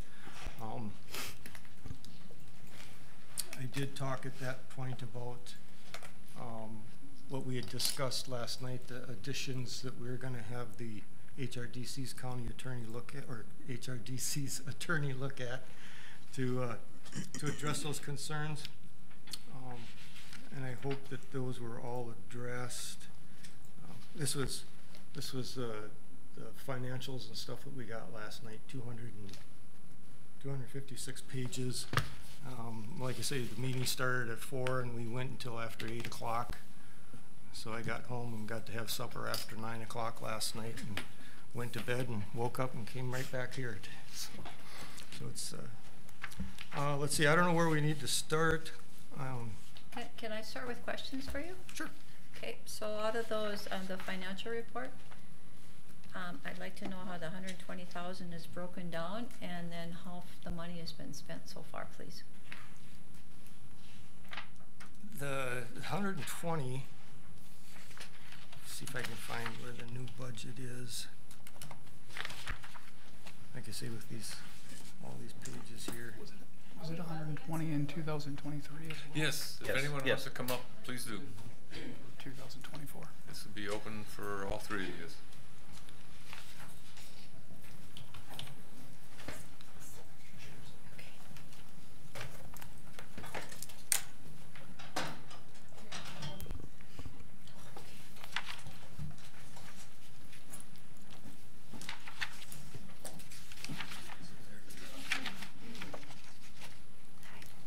Okay, the 120, how that's being... I want to introduce ourselves. Sure. Is that okay? Yep, definitely. I don't know. I'm Naomi Carlson. I'm the executive director at the HRDC. I met Jeff yesterday, but I don't believe I've met you, David. So everyone else I've met in person. So wonderful to be here today. And I'm Sarah Wilcox. So the question was how that 120 is being spent currently. It's going to HRDC, and out of that, HRDC is to pay management fees for property management, which is DW Jones, and it is going to be reimbursed back to the HRA's general account. Each month, the DW Jones will tell us what their management fees are, and then we'll reimburse that. So approximately then, how much do you plan, how much out of the 120,000 is allocated to DW Jones? We know to work within that 120, and so it depends on what rents are collected. So their fee is 7% of rents collected, and so then it's an incentive for them to collect more, of course, but I think I can't tell you what it maps out at exactly. It's probably about 60,000, That's what we put the budget in. Okay, so then can you tell me where the other 60,000, what will that be spent on? That will be spent on board management, meeting administration, staff time to help the board go through whatever initiatives. Okay. Yeah. Grant writing, just staffing the board, whatever their needs are. Aren't we also managing the houses? Yep, managing the 4 single-family rental properties that they have, their Merle portfolio, the down payment assistant loans that they have, and rehab loans. And just to clarify too, we've been tracking per hour that Sarah's been down here every single day in the beginning as we've been setting things up, and it's actually her time allocated for the contract we actually have with her. We're already subsidizing her time, finding other grant opportunities to say, you know, HRDC wants to help with the mission behind the HRA, Hubbard County HRA. We were handed over a project that was a lot of details were not given, and so we've worked really hard with our board, this HRA board, to really provide us an opportunity to take a leadership role. We spent 4 hours yesterday meeting as a team. I told the team that they are an excellent, they were all there at 4 p.m., didn't leave till 8:30 p.m. They were a committed group, and we are committed with them. So when we took over this contract from the HLDC, that was an understanding that this was going to take a little bit of time. It's been 4 months since HRDC has stepped in, 2 months since DW Jones has stepped in, and we've worked extremely hard on getting this group and this team up and running in a very wonderful direction. And so we're excited to continue to work with this board, and we believe we're just scratching the surface. Okay, so going along with, thank you. So going along with that, can you tell me the average amount of hours that Sarah puts in a week for the HRA? I would say it's basically what she's focusing on completely. I would say 80% of her time is working on HRA work. She also has additional contracts, but she knew that this was, we all as a team knew that this was going to be her main focus. And so, I mean, HRDC's only concern is we have to find other creative solutions to keep her being able to focus on getting the HRA where it is now and where it's going. I don't believe it's going to have to take all of that time anymore, because the group with the board's leadership, Kathy Henry, they've worked really well together, and they've gotten this in a good space. So. Can I ask a question that piggybacks off yours? Go ahead. So I think we all kind of know part of the reason why we got here was deferred maintenance. Absolutely. So the question I would have for you is how is a HRA board going to generate the necessary revenues to support the added management layers? Because it seems like the added management layer is costing an extra $50,000 or $60,000, and the budget I've seen that DW Jones put together shows about a $50,000 shortfall, and every other budget it wasn't complete, so I didn't know what else to say. But how are you going to generate additional revenues? So they included a lot of capital improvements that don't need to happen right away, and they will come to the HRA board. And so that negative balance, a lot of that was the capital improvements. I even took some of that out of there to arrive at the number I arrived at, and then that doesn't solve your deferred maintenance problem, it just exasperates it. So part of it is raising rents. They did approve to raise rents 7 to 10%. So that will help some. There's other fees that the HRA has been subsidizing that, if possible, to have the tenants pay for instead. This is the electric, the water, gas, internet, lawn care, garbage, which a typical renter may pay for themselves. And so the rents were very low is what we're seeing. We do want to raise them over time, but jumping, you know, over 10% is a high jump, and we don't want to displace the tenants that are already in there. And so it was discussed to have new move-ins start at a higher rate, so then they're ready and can budget for that higher amount. That was one of my other questions is, you know, if you could raise rents and by how much? So 7% you're saying, is that pretty much across all the properties? I believe it varied a little bit, but it was about 7% from what I recall. Yep. And the problem you got there too is because of the lack of attention to raising rents over a longer period of time, you are now in a position where you have to raise rents drastically. And again, to try and ease that burden on the tenant over time exasperates your situation still. It doesn't get you out of the problem you're in fast enough. The problem you're in is you've got facilities that have mold and other issues that need immediate addressing. And because of that deferred maintenance and the dysfunction of the board, to be quite honest with you, these things haven't been happening. They haven't been getting repaired. And I understand the position you're in is very difficult because you're trying to come in and you're trying to remedy a tough situation. But you're coming to us and asking us, after I've watched this for the better part of 8 months to a year, nothing gets solved. Absolutely nothing gets solved. All I see is people pointing fingers at everybody else all the time. And to be quite honest with you, I've had enough. It's time to fix the problem. And it can't take a year or 18 months to fix the problem. Right. Right. And I agree that with what you said. When I've worked with the board, I don't see them as dysfunctional. They've been very passionate and they disagree, but they are working professionally together from what I've seen. So if things happen in the past I'm not aware of. But what also we discussed that night was on page 251, attachment G was different funding opportunities.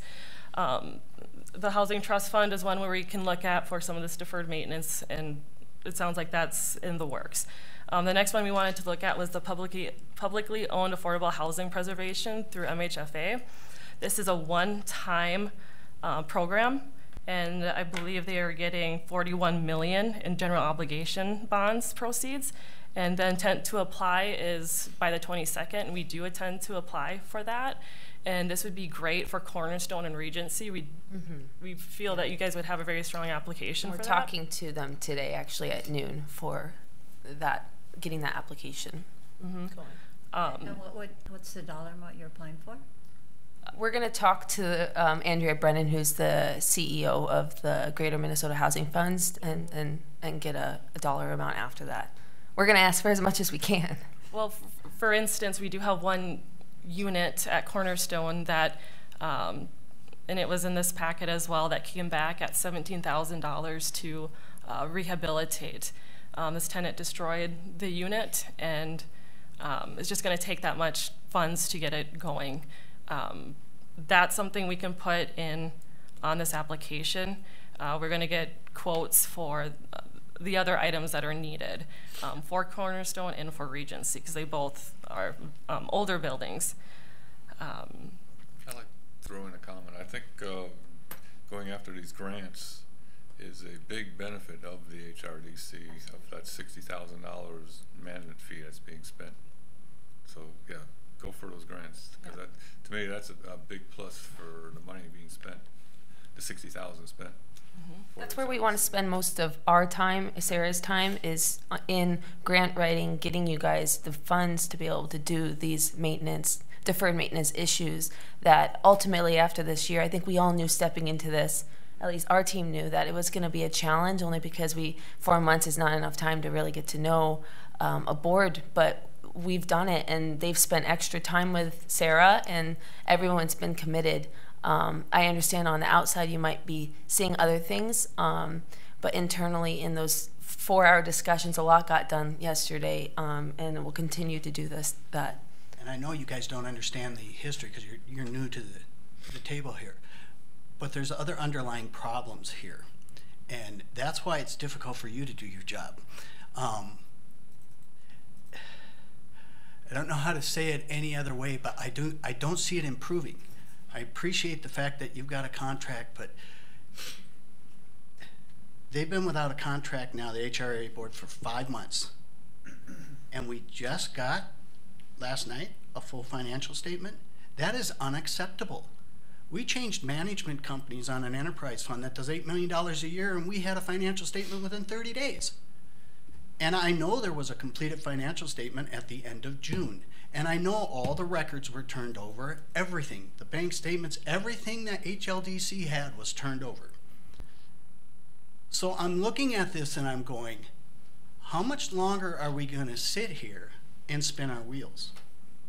It's very frustrating to me when these things could be addressed and fixed in a much faster manner, and they're just not happening. Can you, like, examples? I mean, I could lay a plan down how to dig out of this hole quite rapidly, but I need data. I need data to do it. What is the current and average monthly account receivable? Can anybody answer that for me? You know, can past due rents be collected on a timely manner? Are they? We're working on that. What is the average aging of the rents? And if it's older than 60 days, why aren't they being collected? And if they're not, what's the plan to collect them? What is the current occupancy of each facility?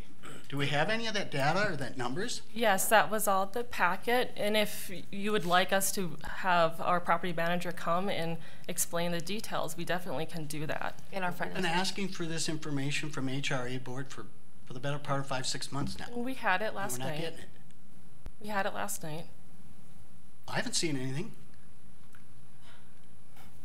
So it's completely frustrating as somebody who has to sit up here and have oversight in this, and I'm looking at it and I'm going, are the taxpayers being served? Are we being transparent here? Do we even know what's going on? Frustrating. Krystina with the HRA. I was at the meeting last night. Had you been at the meeting last night, you would have also received a 256-page packet. We have had financials. We changed companies. We changed management systems. We changed software. As an HRA, we did not have a clear understanding of what those financials meant.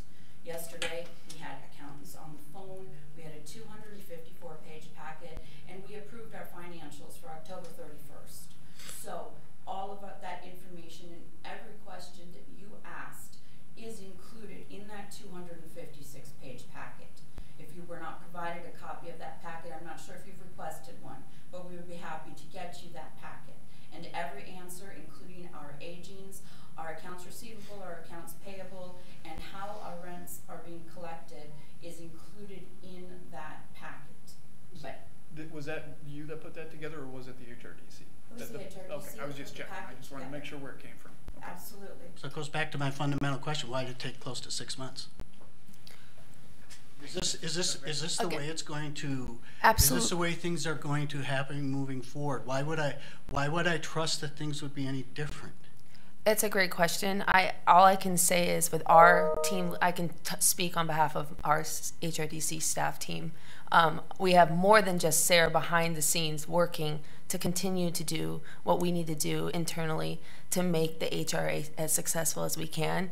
They have allowed us to take a leadership role. Kathy Henry, the board chair, has been working directly with Sarah, and we've been working closely with D.W. Jones. Like Sarah said, Becky was at our meeting yesterday. We knew again that it was going to take time to get back up to speed to where we know this group can go. Those buildings do need maintenance done, and so that's what we're dealing with right now. And so, yeah, it's not a great position to be to ask right when you step in for more money, but that's what these buildings need right now. and I'm confident that we can continue to maintain them. We have a great working relationship with D.W. Jones. We've been working with them for years. Our conifer campuses, I don't know if you're familiar with that, in Bemidji, we've been doing that work, affordable housing work, for years and years and years, and nothing, I mean, there's always things that come up, but what a wonderful thing to look at as we look at the HRA properties. And so, again, we have things in the works. We've already submitted some grants for HRA for these properties. We've done even work with placemaking, which is going to provide opportunities for these residents to feel like they can really own their community in their neighborhood, take pride in where they live, really work on the grounds there, provide community within Park Rapids to bring more unity amongst the neighborhoods, and that's all part of housing and the need. So Ted, could you no, not right now, not right now. I have a question for Ted. Would you please give the cash flow statement and then the report on the aging and the occupation to Denise so she can go make copies for all of us? Just those 2 pages, please. Which pages would those be? So you're looking for what again? The cash flow, and then the report from D.W. Jones on occupancy, rents collected, past due, and the aging report. Well, that'd be, because they go by each apartment unit, so it So would, they didn't do one, because Not one moving forward, then I would ask that we would have 1 page. we actually asked about that last night. I believe it was Floyd that brought up a comment that this is great, this is awful, awfully detailed, and we don't need this much detail. So they were kind of looking at a summary, I guess. So could you at least give us the cash flow statement so we could at least have something up here to look at? Can I? Yep, go ahead. Can I ask a contract question while that's getting done? Yes, go ahead. I'm honest. So I just, in drafting the contract from the old contract, is it the HRDC's understanding that the compensation from the HRA covers everything the HRA does? okay, say that one more time. I mean, the HRA is using their levy dollars to contract with you to do everything that they would do, right? They're not keeping, they're not. I can answer that question for you. It does not.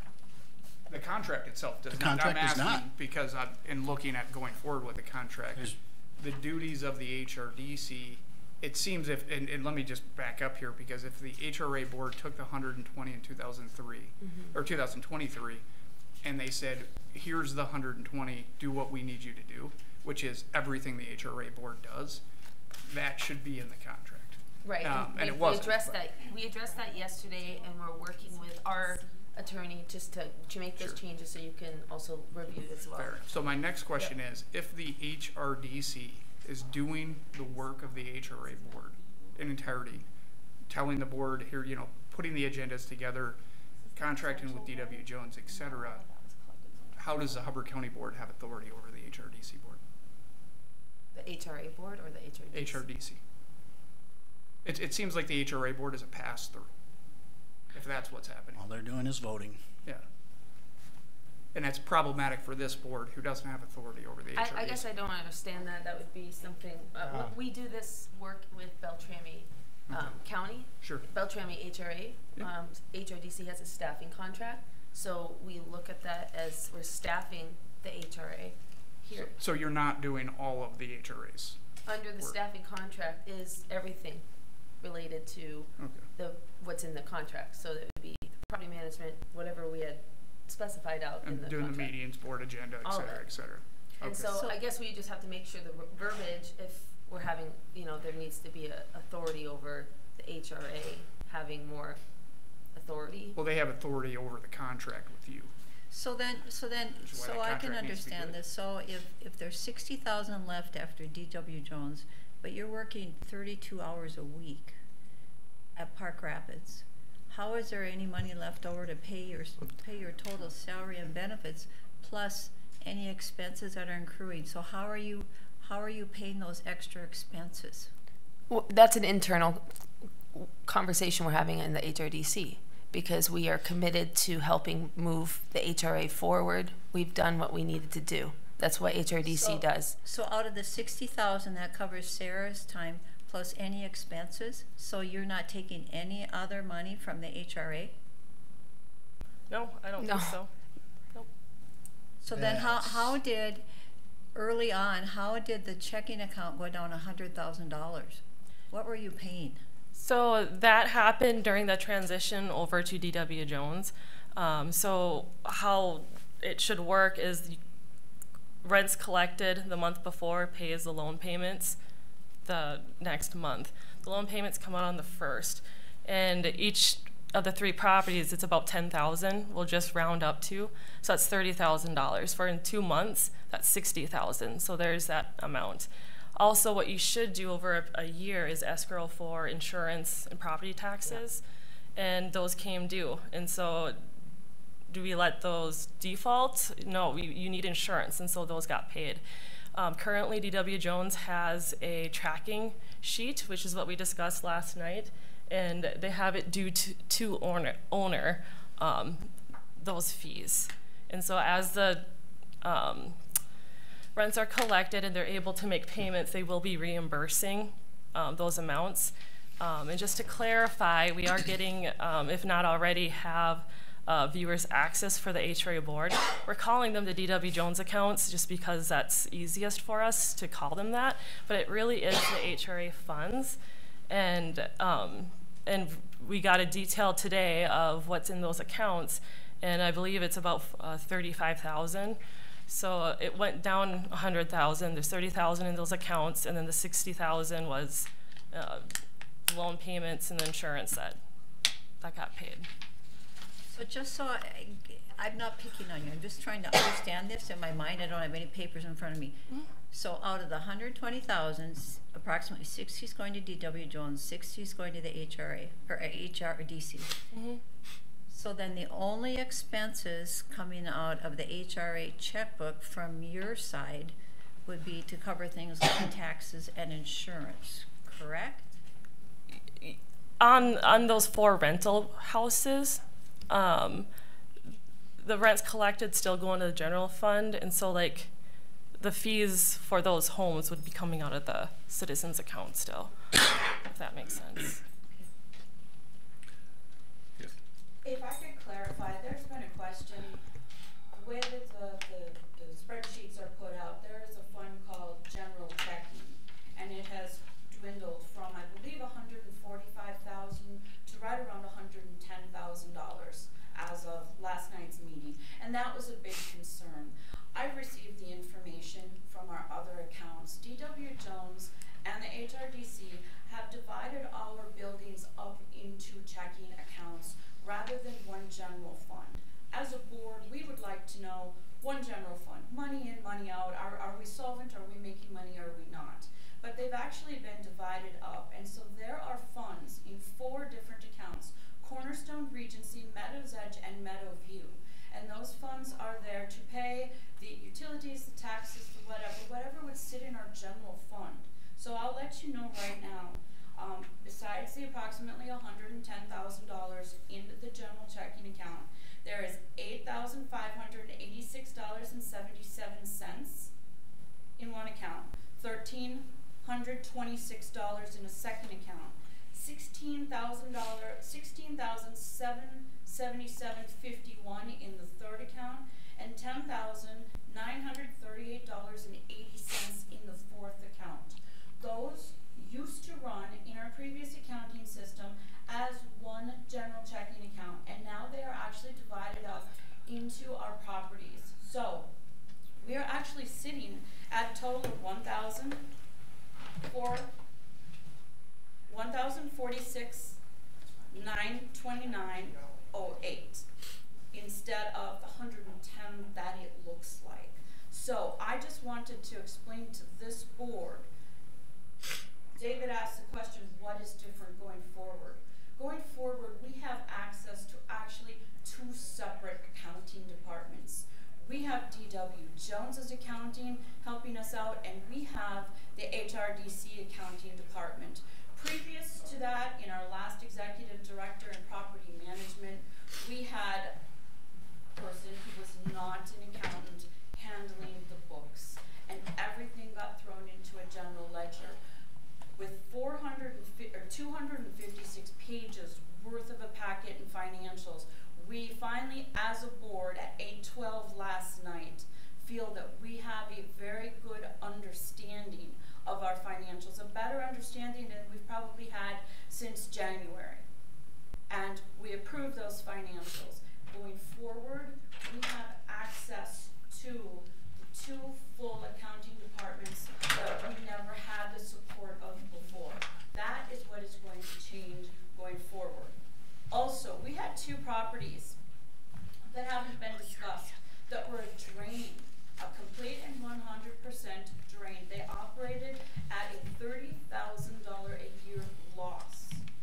That is something that has been very clearly brought to the attention of the board and is being addressed. Should it have been addressed with our previous property management? Absolutely. Unfortunately, it was not. And so that $30,000 drain, that faucet's been shut off. So right there, you can add another $30,000 to our balance sheet going forward. All the HRA board is asking is for 6 months from this board. We feel confident if we have 6 months, another 6 months under our belt, working with the HRDC, that we will be fully and 100% operational. Financials will be being provided in a timely manner. Our deferred maintenance will be being addressed, and we are confident that within 6 months, I can come before this board with my team, and we can tell you we've done it. So I also still have concerns with the contract, because I don't think the contract is in a form that's acceptable at all. There's things in there that contradict what you're saying that need to be addressed. And I brought this up at the last board meeting. In section 3B, reimbursement of costs, it specifically speaks to reimbursement of costs and also third-party contracts. The first sentence conflicts with the understanding that the D.W. Jones contract is covered by the HRDC contract of revenues. That needs to be fixed. Yeah, we added verbiage to that. Yeah, you may. I think you said you addressed it with a motion or something at the meeting, but it should be in the contract. It should be addressed in the contract. Yeah. And is the bank control issue resolved? Where we had funds going into a D.W. Jones account or whatever. Has that been resolved? No. That's huge. What was that? It's a major problem. The fact that those accounts were created with the contract between HRDC and D.W. Jones, those separate accounts were created that don't have any HRA or county signatories. We asked to get that changed, and if it's not changed yet, it's in the process of. Again, it was kind of, someone made the comment, flying while building your plane. We stepped in not having any context about a lot, and we learned a lot in 4 months, and so that was a recommendation. Last board meeting, we affixed that. This next, it'll be totally taken care of. So we are addressing these concerns, and we do hear that the contract needs some additional verbiage, so we're willing to put that in. I really don't want to and don't need to pick on you, but you guys, but the entity that you are and how long you've been around, how did we get such a mumble jumble contract from the beginning? It leads me to believe that you're asking me to have faith that you can help turn this around, but I'm seeing an entity that has existed for 20 or 30 years that should know this stuff like the back of their hand throw out to be quite a garbage contract that did not dot the I's and cross the T's, and I'm supposed to have faith in this. I struggle. Mr. Chairman, Darrell Bessler, I represent the 10th District on the HRA board. In terms of the contracts, I want you to be aware that we have never had these discussions with contracts in the past. I've been on that board when I was still working for Mama Hubbard back, and I think I'm probably the longest term person. We never had anybody from the county come and take a look at our contracts. A contract was a meeting of the minds if we followed the same template that we had the time before. Frankly, it just seems to me, and it appears to me, that instead of you folks, at least in some cases, wanting to make us successful, working with us to be successful, I picked up the paper and I don't know if this lady's from the paper or who, but She I works for find the county. instead of trying to work with us, we get the worst press out there, and we want to work with you folks. We want to work with other entities. Our board is committed. We aren't gaining anything as individuals. We want our areas, but I would love it, instead of always picking up the paper after there's a meeting, see how we were working together. And we're going to, we even talked last night. You're gonna see some article in the paper, but instead of this, because I was of one that said, let's do tick for tack on this, because I have a whole pile of information that could be viewed as, let's put it this way, pretty negative towards some of the previous administration's work with us. But I've said I'm wanting to put that behind. I'd rather just take a positive approach to the future. And so at some point in time, we'll be coming up with a positive spin on the work we're doing. I get sick and tired of picking up the paper and saying that we're all dysfunctional. We ought to, you know, I know there's an effort on some of your part, some of you, you've not made it secret at all. You want to get rid of us. I can appreciate that. But at the same time, I also want you to appreciate that we are trying to work. We had a major change in administration. Not only did our administration change, but our former administration, 2 weeks before the end of the termination date of the contract, they fired all of our staff, which I think was inappropriate. I said so, but I don't think it ever got in the paper. But I have a series of pieces of information. Sometime if you want to come down and have a little discussion, I'll be happy to meet with you as well. Mr. Chair, I would like. Some of the other side of this. Let him finish. We want to work together with you, and that's if there's anything I can leave with you, I want you to know that we are a functional. You have made representatives on that board. We are committed to making this successful, but you have to also give us some time. I would tell you that the administration of the former administration did not come to the last 2 meetings, 2 months of meetings we've had, because it was viewed as negative. We want to get beyond all of that. We have now a group in the RDC that are working with us. They are committing other staff besides Sarah to make this work, because they want to have a positive impact in Hubbard County as well. They do more than housing, folks, as you well know. And we just want to give us some time, and let's work together instead of this trying to beat us up every time somebody gets a crack at it. That doesn't accomplish anything positive at all. All it does is create divisiveness, and I'm just frustrated with that, and I want to share that with you. Okay, I'm going to make one comment. Is that as far as myself as one commissioner, I would like to, like Krystina was saying, give the 6 months and see what you've done after 6 months. And so for the next 6 months, anything that's brought before this board that's going to try to interrupt that effort to do the 6 months of getting things turned around, it's going to get a no vote out of me. And that's my position I'm going to take on this. So you're going to get, for me, you're going to get 6 months. I can't guarantee from the rest of the board, but that's what I'll say for myself. Mr. Chair, I would love to move on and not go to the past, but I have to address 2 issues. First of all, the employees were fired by the recommendation of our county attorney because they admitted to illegal activity. And I can't say more than that because I have no idea what Jonathan would have me say on it. And that is why they were fired. And I will add to that, that recommendations were brought before the HRA board to deal with that, and they did nothing. And secondly, I would say the reason that the administration didn't come to the last 2 meetings is because I was there for many years, and the verbal abuse had gotten so bad from different members that I actually told them not to come because I felt it was too negative. Moving forward, I can support you wanting to do the next 6 months. Here's what I want for the next 6 months. Every month I want the Board of Commissioners to get a 1-page cash flow statement and a 1-page showing the different categories, Regency, Cornerstone, Meadows, and the houses. I want to know what the rents were collected, how many were not connected, what the aging is, how many past due, what's the plan to collect, and how many evictions are in process. So with the cash flow, I expect to see all the major expense categories, all the major income categories, and how all that works out. And then, oh, one more thing.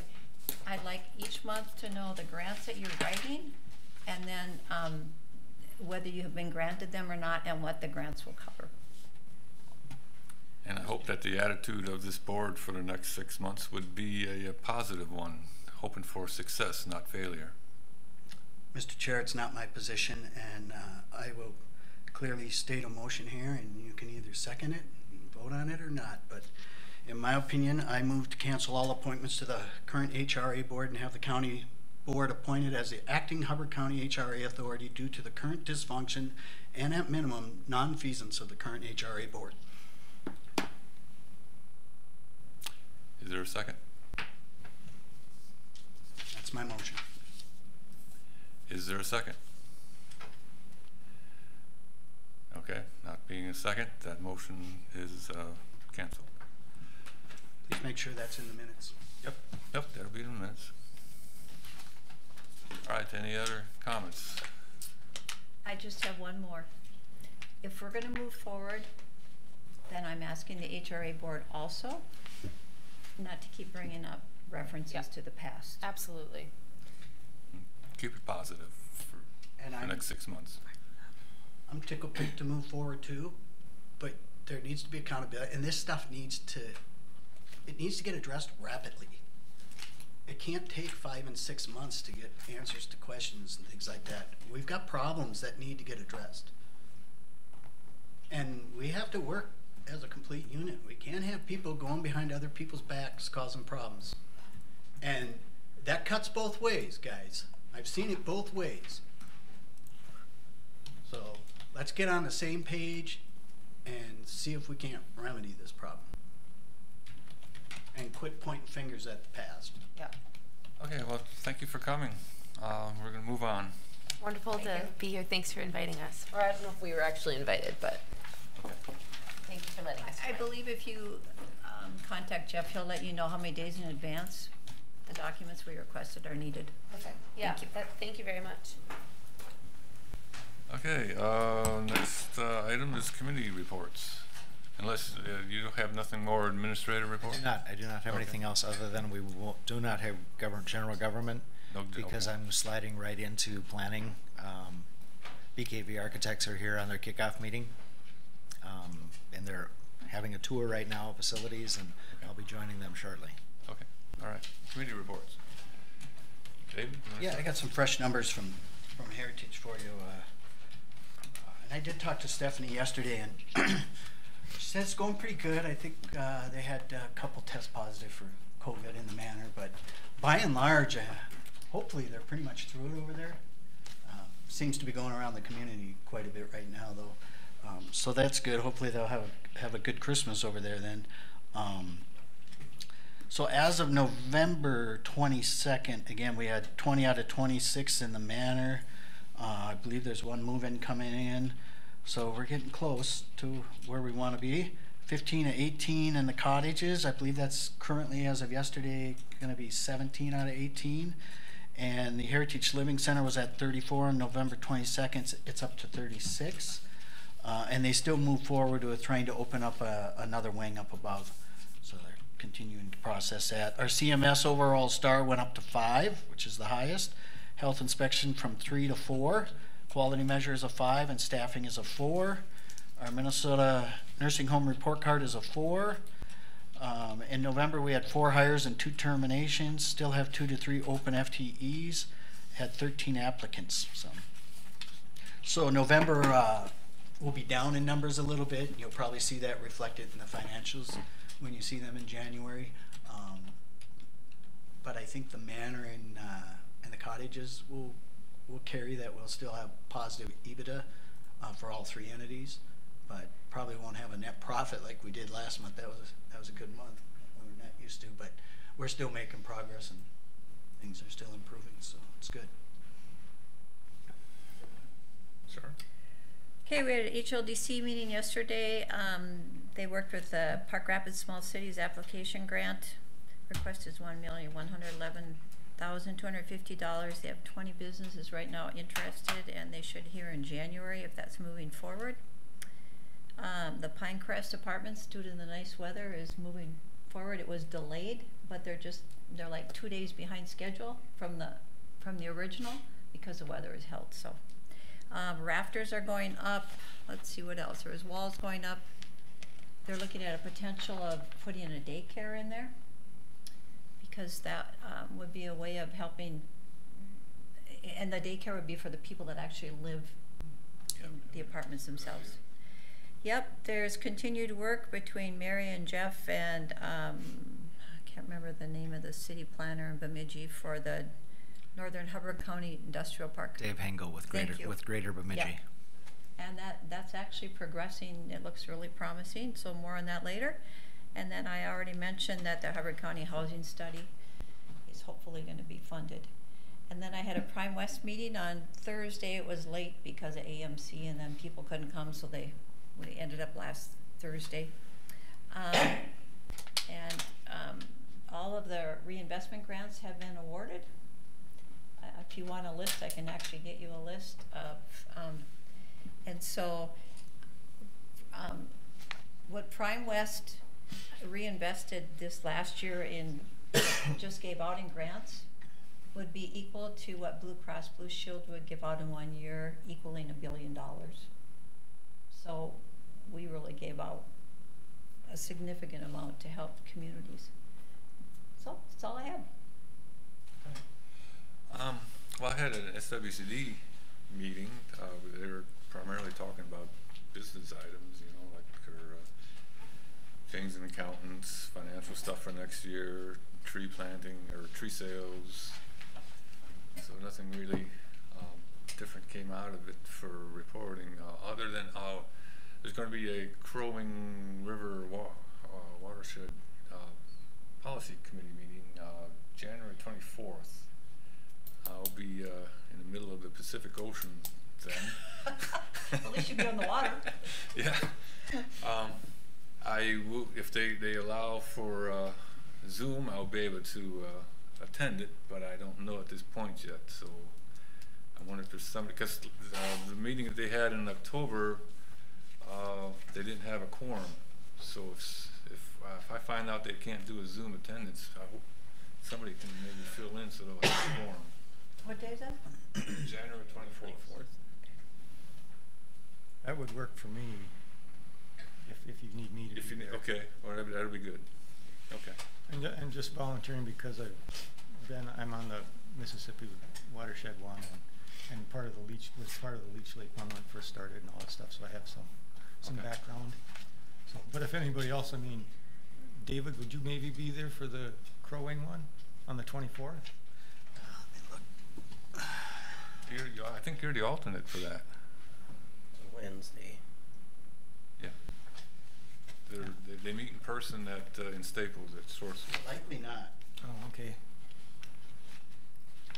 But in other words, if they don't have the Zoom option, that means I can't attend, and that means whoever would fill in would need to go to Staples. I have a possibility of being able to go. Okay. Yeah, I see. Like you're correct, Tom. David is the alternate. So if David can't make it, and or Steve and I could. Okay. Sounds good. It's in Staples, you say? Yes. Yep. We did not conduct any business at the last one because we were one short of a quorum, and hate to have that happen again. And that's what some of these, committees where they're 5, 6, 7, 8 counties. Some people have to drive hundreds of miles to come to a meeting, so I can understand the difficulties. That's one thing where with Zoom, I think could bridge that gap. But I know it's kind of gotten restrictive too on how much you can use it, so it's kind of disappointing. But hey, Steve? I don't have anything. I didn't have any meetings. Okay, let's see. HRDC had a meeting. Wasn't a real big one. We kind of had our Christmas gathering. Let's see, had a presentation from the Headwaters Regional Finance Corporation. Staff provided an overview of the recent activities.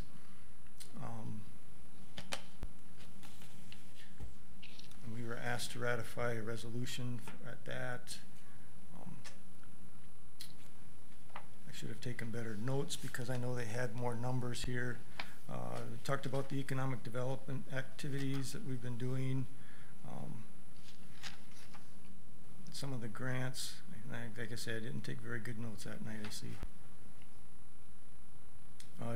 Department of Commerce awarded staffing and staffing capacity. Staff will provide updates on the Department of Commerce award status.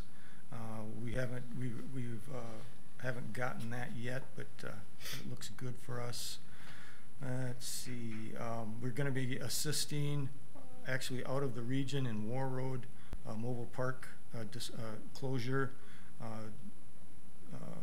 War Road reached out to HRDC because we've done this before in other communities where they're getting rid of their mobile home parks, and we've helped those residents of the mobile home parks to find housing or being able somewhere else to move their mobile homes.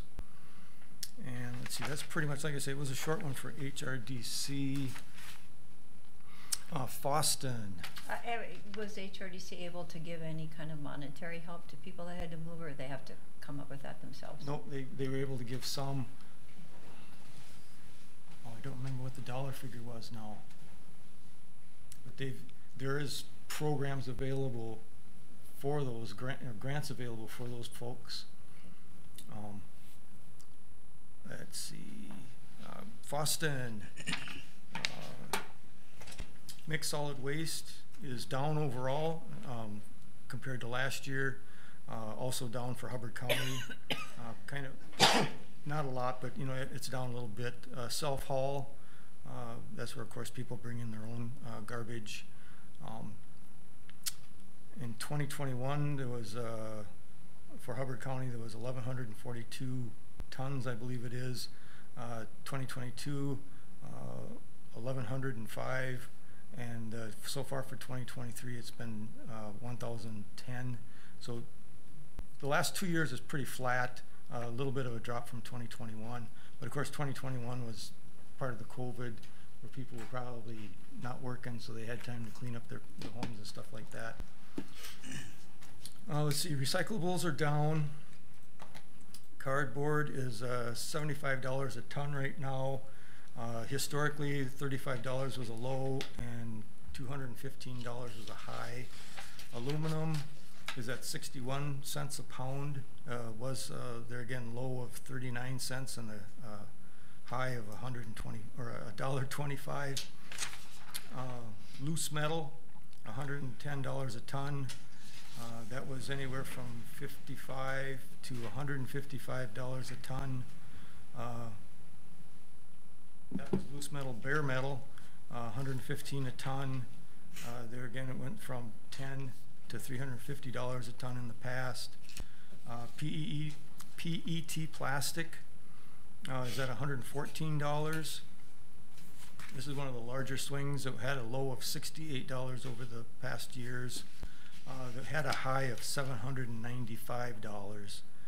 And then we've got the mixed colors. At $395, that was anywhere from historically $55 to $2,200. So you can see a big swing there. That's one of the things where at the Foston Incinery, you've got the steam sales, you've got the monies that the taxpayers levies and that we pay for tipping fees and stuff like that, and then you have recyclables. So the recyclables are down, not down to historical levels, but down. Steam sales are flat. So it's pretty flat, like I say, compared to last year. Just to kind of give an example though on the recyclables, the budget was last year was figuring we would have about $400,000 in revenue from recyclables. And we're actually at about half of that, a little over $200,000 in revenues. Let's see, landfill tonnage is up. Hubbard County was at 1,200 tons. That's comparable to last year, just slightly up from last year. We also have the mixed solid waste. We've discussed how not all the garbage goes to the landfill. Some of it goes to the processing facility there where they dump it on the floor, and a lot of recyclables are pulled from that mixed solid waste. So it's not just the recyclables that we sell and collect are not just from the recycling bins. It actually does come out of our waste stream. But of course, we would prefer it be in recyclable bins. We just closed, of course, we know that we closed part of the south landfill. Monoman County closed part of theirs, but they weren't required to put a membrane over it. So theirs cost $400,000 versus what they felt would have been over $1.5 million.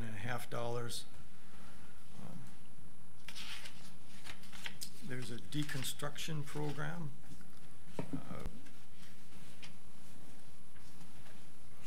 Where they actually have people go in and disassemble buildings versus just knocking them down.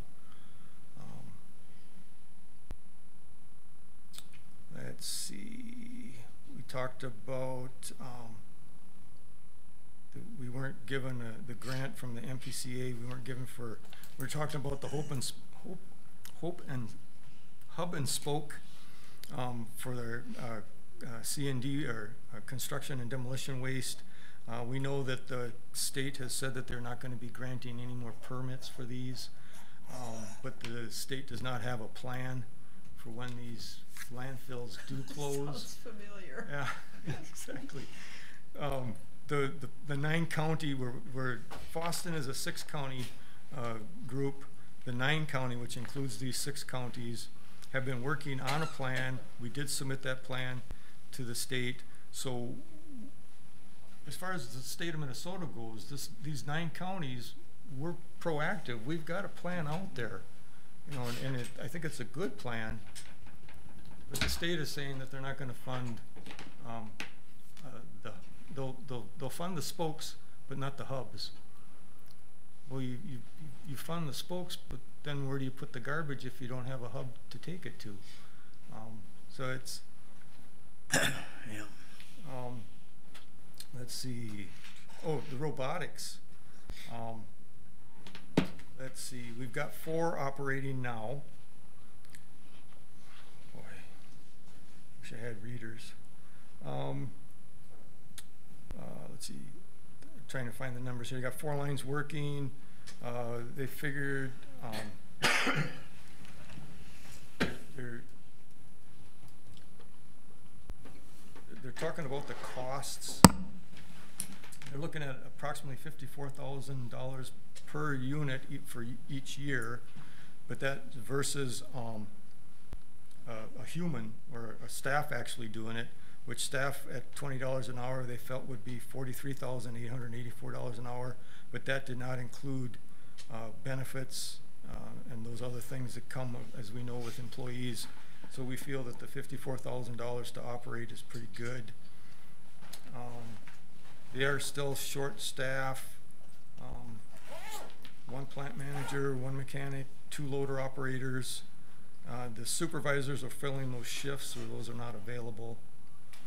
And and going back to the robotics, they find that there's quite a high percentage of the sorting is being correct. You know, it'll throw out some garbage, and then the different plastics, aluminum cans, those kinds of things that are coming across the conveyor belts, they're shooting them into the right spot, so it's getting a good sort. And I think that covers Boston.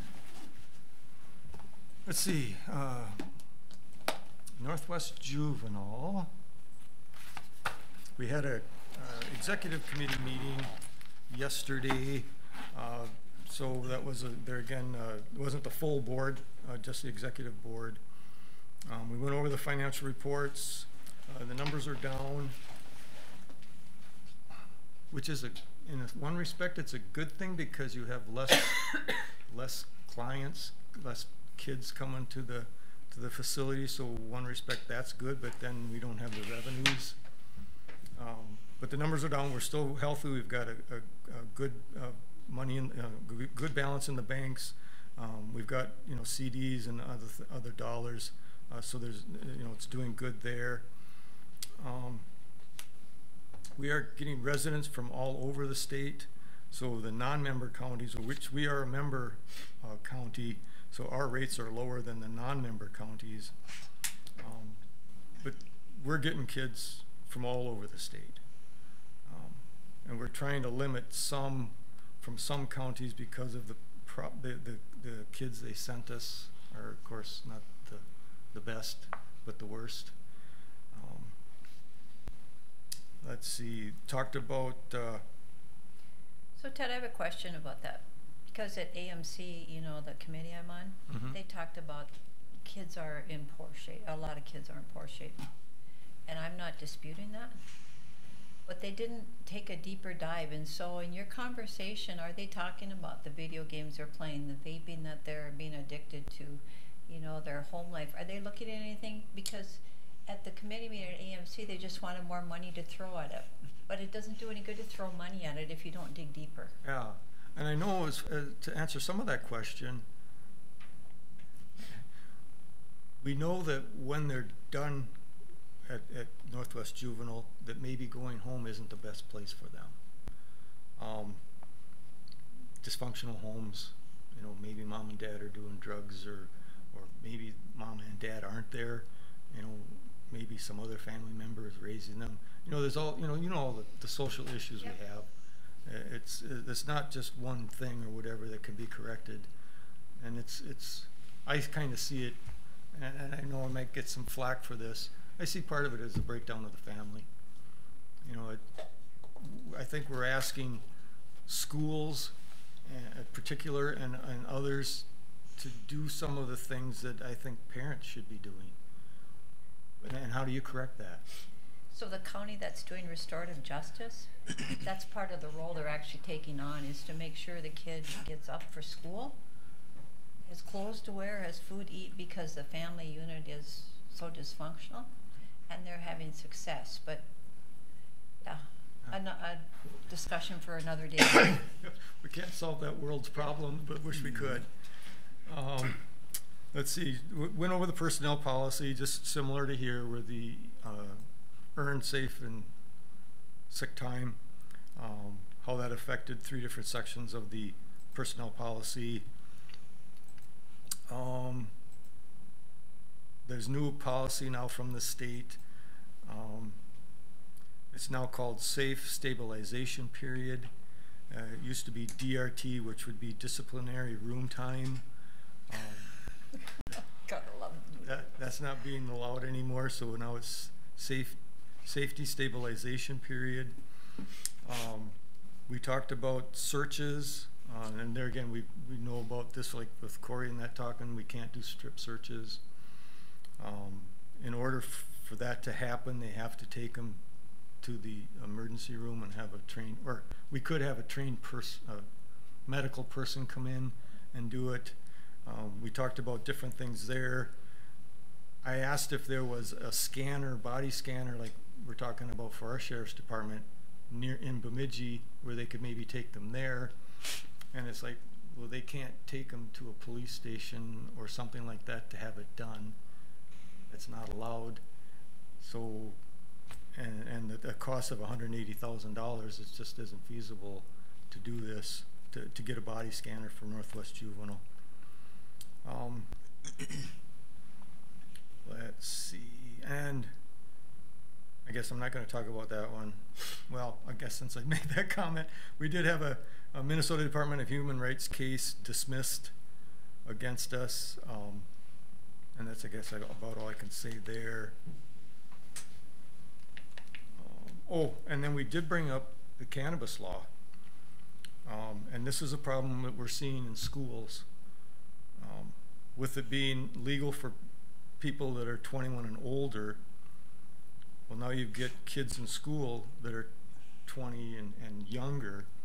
They get caught smoking marijuana, but there's no penalty. the worst they can get is community service.